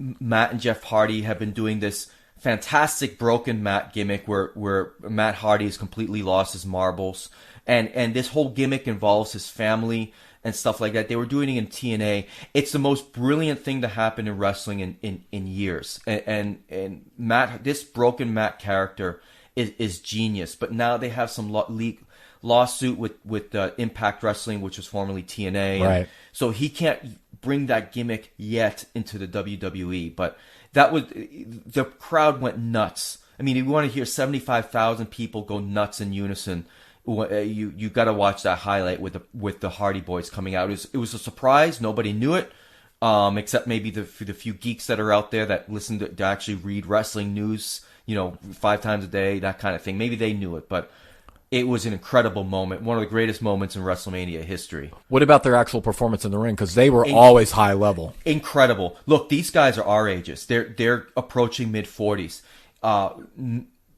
Matt Hardy, it was a ladder match to get the titles. So climbing up the ladder to get the titles. Matt Hardy does this twist of face, which is kind of like the almost like a Stone Cold Stunner off the top of the ladder. And then Jeff Hardy does this, I can't remember what they call the moves these days, but he off the tallest ladder, which seemed like it's tall as the Eiffel Tower. He jumps off the ladder, lands on, unfortunately, Sheamus and Cesaro, who are on top of other ladders on the side of the ring. He does this flip off the top, lands on both of them. Matt Hardy gets up to the belts, and they became WWE Tag Team Champions. Wow. Yeah, so that was that was the best match of the night. That fatal 4-way match, tag team match for the belts. Best match of the night. It happened in the middle of the entire event. So, man, had they put that on at the end, that energy would have lasted me all night. I wouldn't have gone to sleep. But Undertaker put me to sleep. Not literally, but yeah. So I was done by then. But I did watch him. I thought he actually came up in the stands and gave you a tombstone or something. No. So it was great night. The Undertaker and his dong is done for once and for all. He's not terrorizing anybody by whipping that thing out and it's reverberating in the arena. None of that anymore. So it's over with. The dong is done, and that was it. It was a great show. And I'm glad to be a part of that. It's off my bucket list. The next thing for bucket list for me is the Super Bowl. In terms of live events, the Super Bowl, that's probably more important to me than being a part of an Olympics. Not competitively, but as a spectator. A spectator, I got you. But yeah, as far as a spectator, the Super Bowl is on my list. I mean, I got a bucket list, and stuff. I think everybody at our ages tends to have something on their mind. But visiting Europe would be on my bucket list. Never been? Never been to Europe. Ah, okay. Yeah, I've been all over Europe. Another item on my bucket list is visiting Hans Van Essen of JudoInside.com. Now, Joe, I've got a gift for you. Oh. I've been told by Hans Van Essen that I am the only one in the United States that has an official JudoInside.com water bottle. He sent me 4. I want to give one to you, my friend. Oh, awesome. Now, you see the water bottle right there. What is your initial impressions of this water bottle? I got to be honest with you, man. This is a... Are you dishonest? Have you been dishonest? Yeah, I always love when people say that. I got to be honest because I've been lying to you this whole time. Yeah, right. But this is a nice water bottle. I mean, it's even got the milliliters, which... Us Americans, you're gonna have to explain this milliliter thing to us. We don't. How many ounces is that? I don't know. Yeah, man. Now I got to go to Google and the only thing convert it. Is it full or empty? That's the most important. Yeah, I guess. But this is a quality water bottle. Yeah, I mean, absolutely. I mean, the groove there, the grooves. It's got the finger. Yeah, you can lock it in. Man, very nice, and thank you very much. I'll post a picture on the Instagram there with it. Yeah, you definitely should, and tag JudoInside.com. He would love that. Now, have you been to that site before? I have not. What the is the matter with you? Yeah, where have I been? Yeah, exactly. You have to visit JudoInside.com because Hans does a great job with covering athlete birthdays and what's going on in the judo community and the judo. He covers tournaments that I didn't even know existed. Wow. If there's a tournament in Antarctica, Hans is covering it. I mean, I'm serious. He's got, I don't know if he's a one-man show or I think he's got other people in other places covering tournaments and events and stuff. I'm curious to know if he'll have some representation at the U.S. Open that's going to be in July over in Fort Lauderdale. I don't know if he'll have representation there, but do you plan on attending that? I plan on being there for the referee. Not the referee. I want to get my coaching certification, state coaching certification through USA Judo. I gotta go there for that. It's gonna happen on a Thursday, I believe, July 20th. I cannot go down. I'm not gonna go there to participate. I'm not gonna go there to volunteer. I just don't have that time. I mean, I can't. I'm going to be moving in a couple months. I've got a weekend coming up where some of my wife's family is coming up, and I was going to take a day. I'm going to have to take a day on a Thursday to go down to Fort Lauderdale to be a part of this. Now, this is important to me because, look, I've made it very clear on this. I don't like talking about my own promotions. I've never asked for a promotion. I'm not actually asking for a promotion, but I want my knee done. Right. I want my knee done. I've been a Shodan for 7 years. I want my knee done. I want to work toward that. Not asking for promotions. I'm just saying I want to work toward that and show, not only Florida Judo Inc., but USA Judo, that I'm an active member of the judo community. If I become part of a club, I don't know. There's a situation happening at my own judo club. I'm not a bad situation in terms of personal me and the sensei or anything like that. It's just we may be at large for a little while. I don't know how that's going to play out. I'm sure, it's funny. I got a lot of listeners to this podcast. I think one guy listens to the podcast at my own club. It's kind of funny. It's like, I say, Judo Chop Suey, and all you hear is like crickets. Like, you know what I'm talking about. But yeah, so I'm not going to be spectating or being a part of it. I can't spend 4 days out in Fort Lauderdale. That's hotels.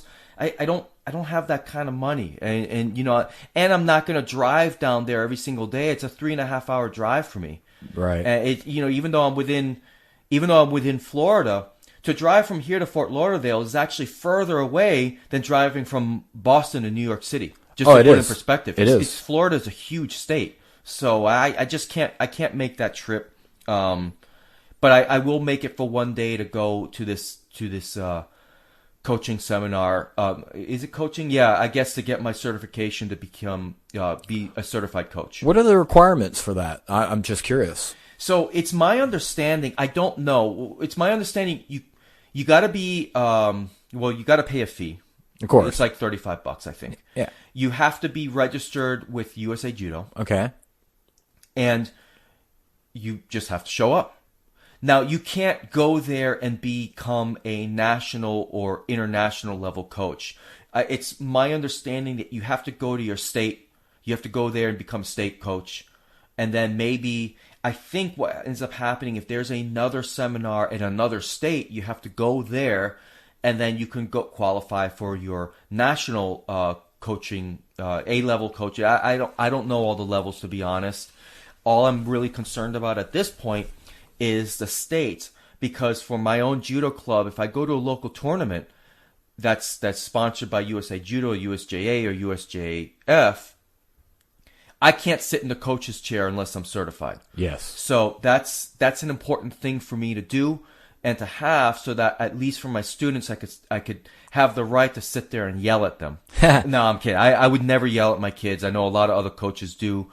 Not yell at them at bad performance. I might yell at them to get their attention, but that's about it. I don't take local judo tournaments so seriously that I need to say negative things toward my students. I know that happens with certain coaches locally around here that I know of. They will remain nameless, but they tend to yell at their kids a lot. And you know what? They're local tournaments. The only thing that's at stake is the coach's pride. Absolutely. That's it. And I think it's absurd that a coach would yell in a negative way at their own students. Well, man, this coaching seminar has kind of piqued my interest a little bit, being, the instructor at Ybor City Jiu-Jitsu. It's important. Yeah, I think if you have students we were talking about this earlier on the podcast, that you have students that may be interested in doing judo tournaments. Well, if they enter a judo tournament, you can't sit in that chair. You can't. Maybe some of the other Shodan and Nidan at your club may be able to sit in that chair because they have the proper credentials. Yeah, maybe that's something I'll look into as well. And, with the situation at your club that you were mentioning, you're always welcome on the mats at Ybor City Jiu-Jitsu. Yeah, I appreciate that. I'll definitely be there Wednesday. Come hell or high water, I will definitely be there. The only thing that would stop me from being there is work. Okay. If some kind of a production issue happens and it's all hands on deck. It's rare that it happens, but you know what? This kind of stuff happens on the most important days for me. Yeah. So it just does. So this is an important thing for me, and so I will definitely I will definitely be there. And I may end up having to bring my own sons there. They'll sit on the side. And I probably probably will not be able to stay for the entire thing. I just need to make sure that I'm there for you to get promoted. We take a couple pictures, that kind of thing. And I can't imagine I could stay there the entire evening because my sons have homework and things like that. And absolutely, I got to make sure that their schoolwork remains on top of that. So, but well, Joe, we are at the 2-hour and 29-minute mark of this podcast. Wow, this has become the WrestleMania of podcasts. So you don't want to go for 7 hours? Let's just keep going. We probably could, but I'm sure I don't want to give the listeners fatigue. I hope they've enjoyed this podcast. I've thoroughly enjoyed doing this. This has been an interesting experience because not only have I enjoyed doing it, that's not the interesting part, but this felt like about a half hour worth of talking, but I did not feel fatigued doing this podcast. I don't know how you felt about it. No, it was great. I'm really surprised that it's that long. I listen to a lot of different podcasts out there, like Joe Rogan Experience, and some of those go on for 2.5, 3 hours, and you're like, oh, it's over already. And yeah, it's 3 hours long, but as long as the content's interesting, which I hope we kept it relevant and interesting for you guys. Yeah, and fun and entertaining as well. Yeah. Now, I hope if you've made it this far, I really thank you, and I'm going to have Joe back on again. No question about it. Even if you didn't like it, I did. So I think it's going to come across. I think it's going to come across in your earphones, on the airways, internet airways, if I like to call it. I had a great time doing this. And in the future, Joe and I will also hit our stride in terms of podcasting. I don't think we can do a co-host show and keep it to an hour. And I don't know if we can do this once a week. That would be a tall order, especially for me. But maybe we can shoot for once every other week. Sure. Or maybe once a month. I don't know. We need to coordinate our schedules a little bit better.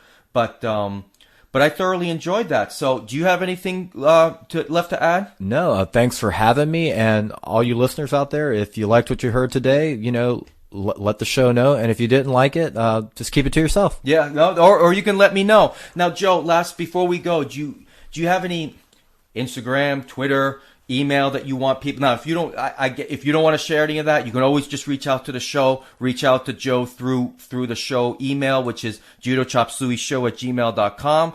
There's always the Instagram. My Instagram now is La Vida Judoka. You can follow me there. You can also hit me up at La Vida Judoka on Twitter if you have any comments. And there's also Facebook as well. So any comments that you want to leave for the show that you thought, any feedback, feel free to let us know. And it'll get back to Joe. But Joe, do you have anything that you would like to share publicly? Sure. If you want to, Instagram is the best way to get a hold of me, and that's at @JKaiser. That's JKISER71 on Instagram. And just hit me up there. All right. Well, with that, Joe, I hope you have a good week training. I hope everybody out there listening has a good week training, and I appreciate you joining the podcast. So with that, train hard, stay safe out there, and until next time. Os! Oppan Gangnam Style. Gangnam Style. Oppan Gangnam Style. Gangnam Style. Oppan Gangnam Style. Hey, sexy lady. Oppan Gangnam Style. Hey, sexy lady. All right, we're done. What'd you think, Joe? Man, I got to be honest with you, David. That wasn't good. Oh. We were awful. That was dreadful. I mean, really, we devolved to talking about pro wrestling. I'm telling you, like, if this isn't the podcast that gets reported on iTunes, I don't know what will. Yeah, I mean, I feel like I'm the anchor that brought this down. It's horrible, man. Jeez. Yeah. Well, we got the strippers coming at 11. Should we go get the nachos? Yeah, let's just do that. All right. Anything to wipe this from my memory, man.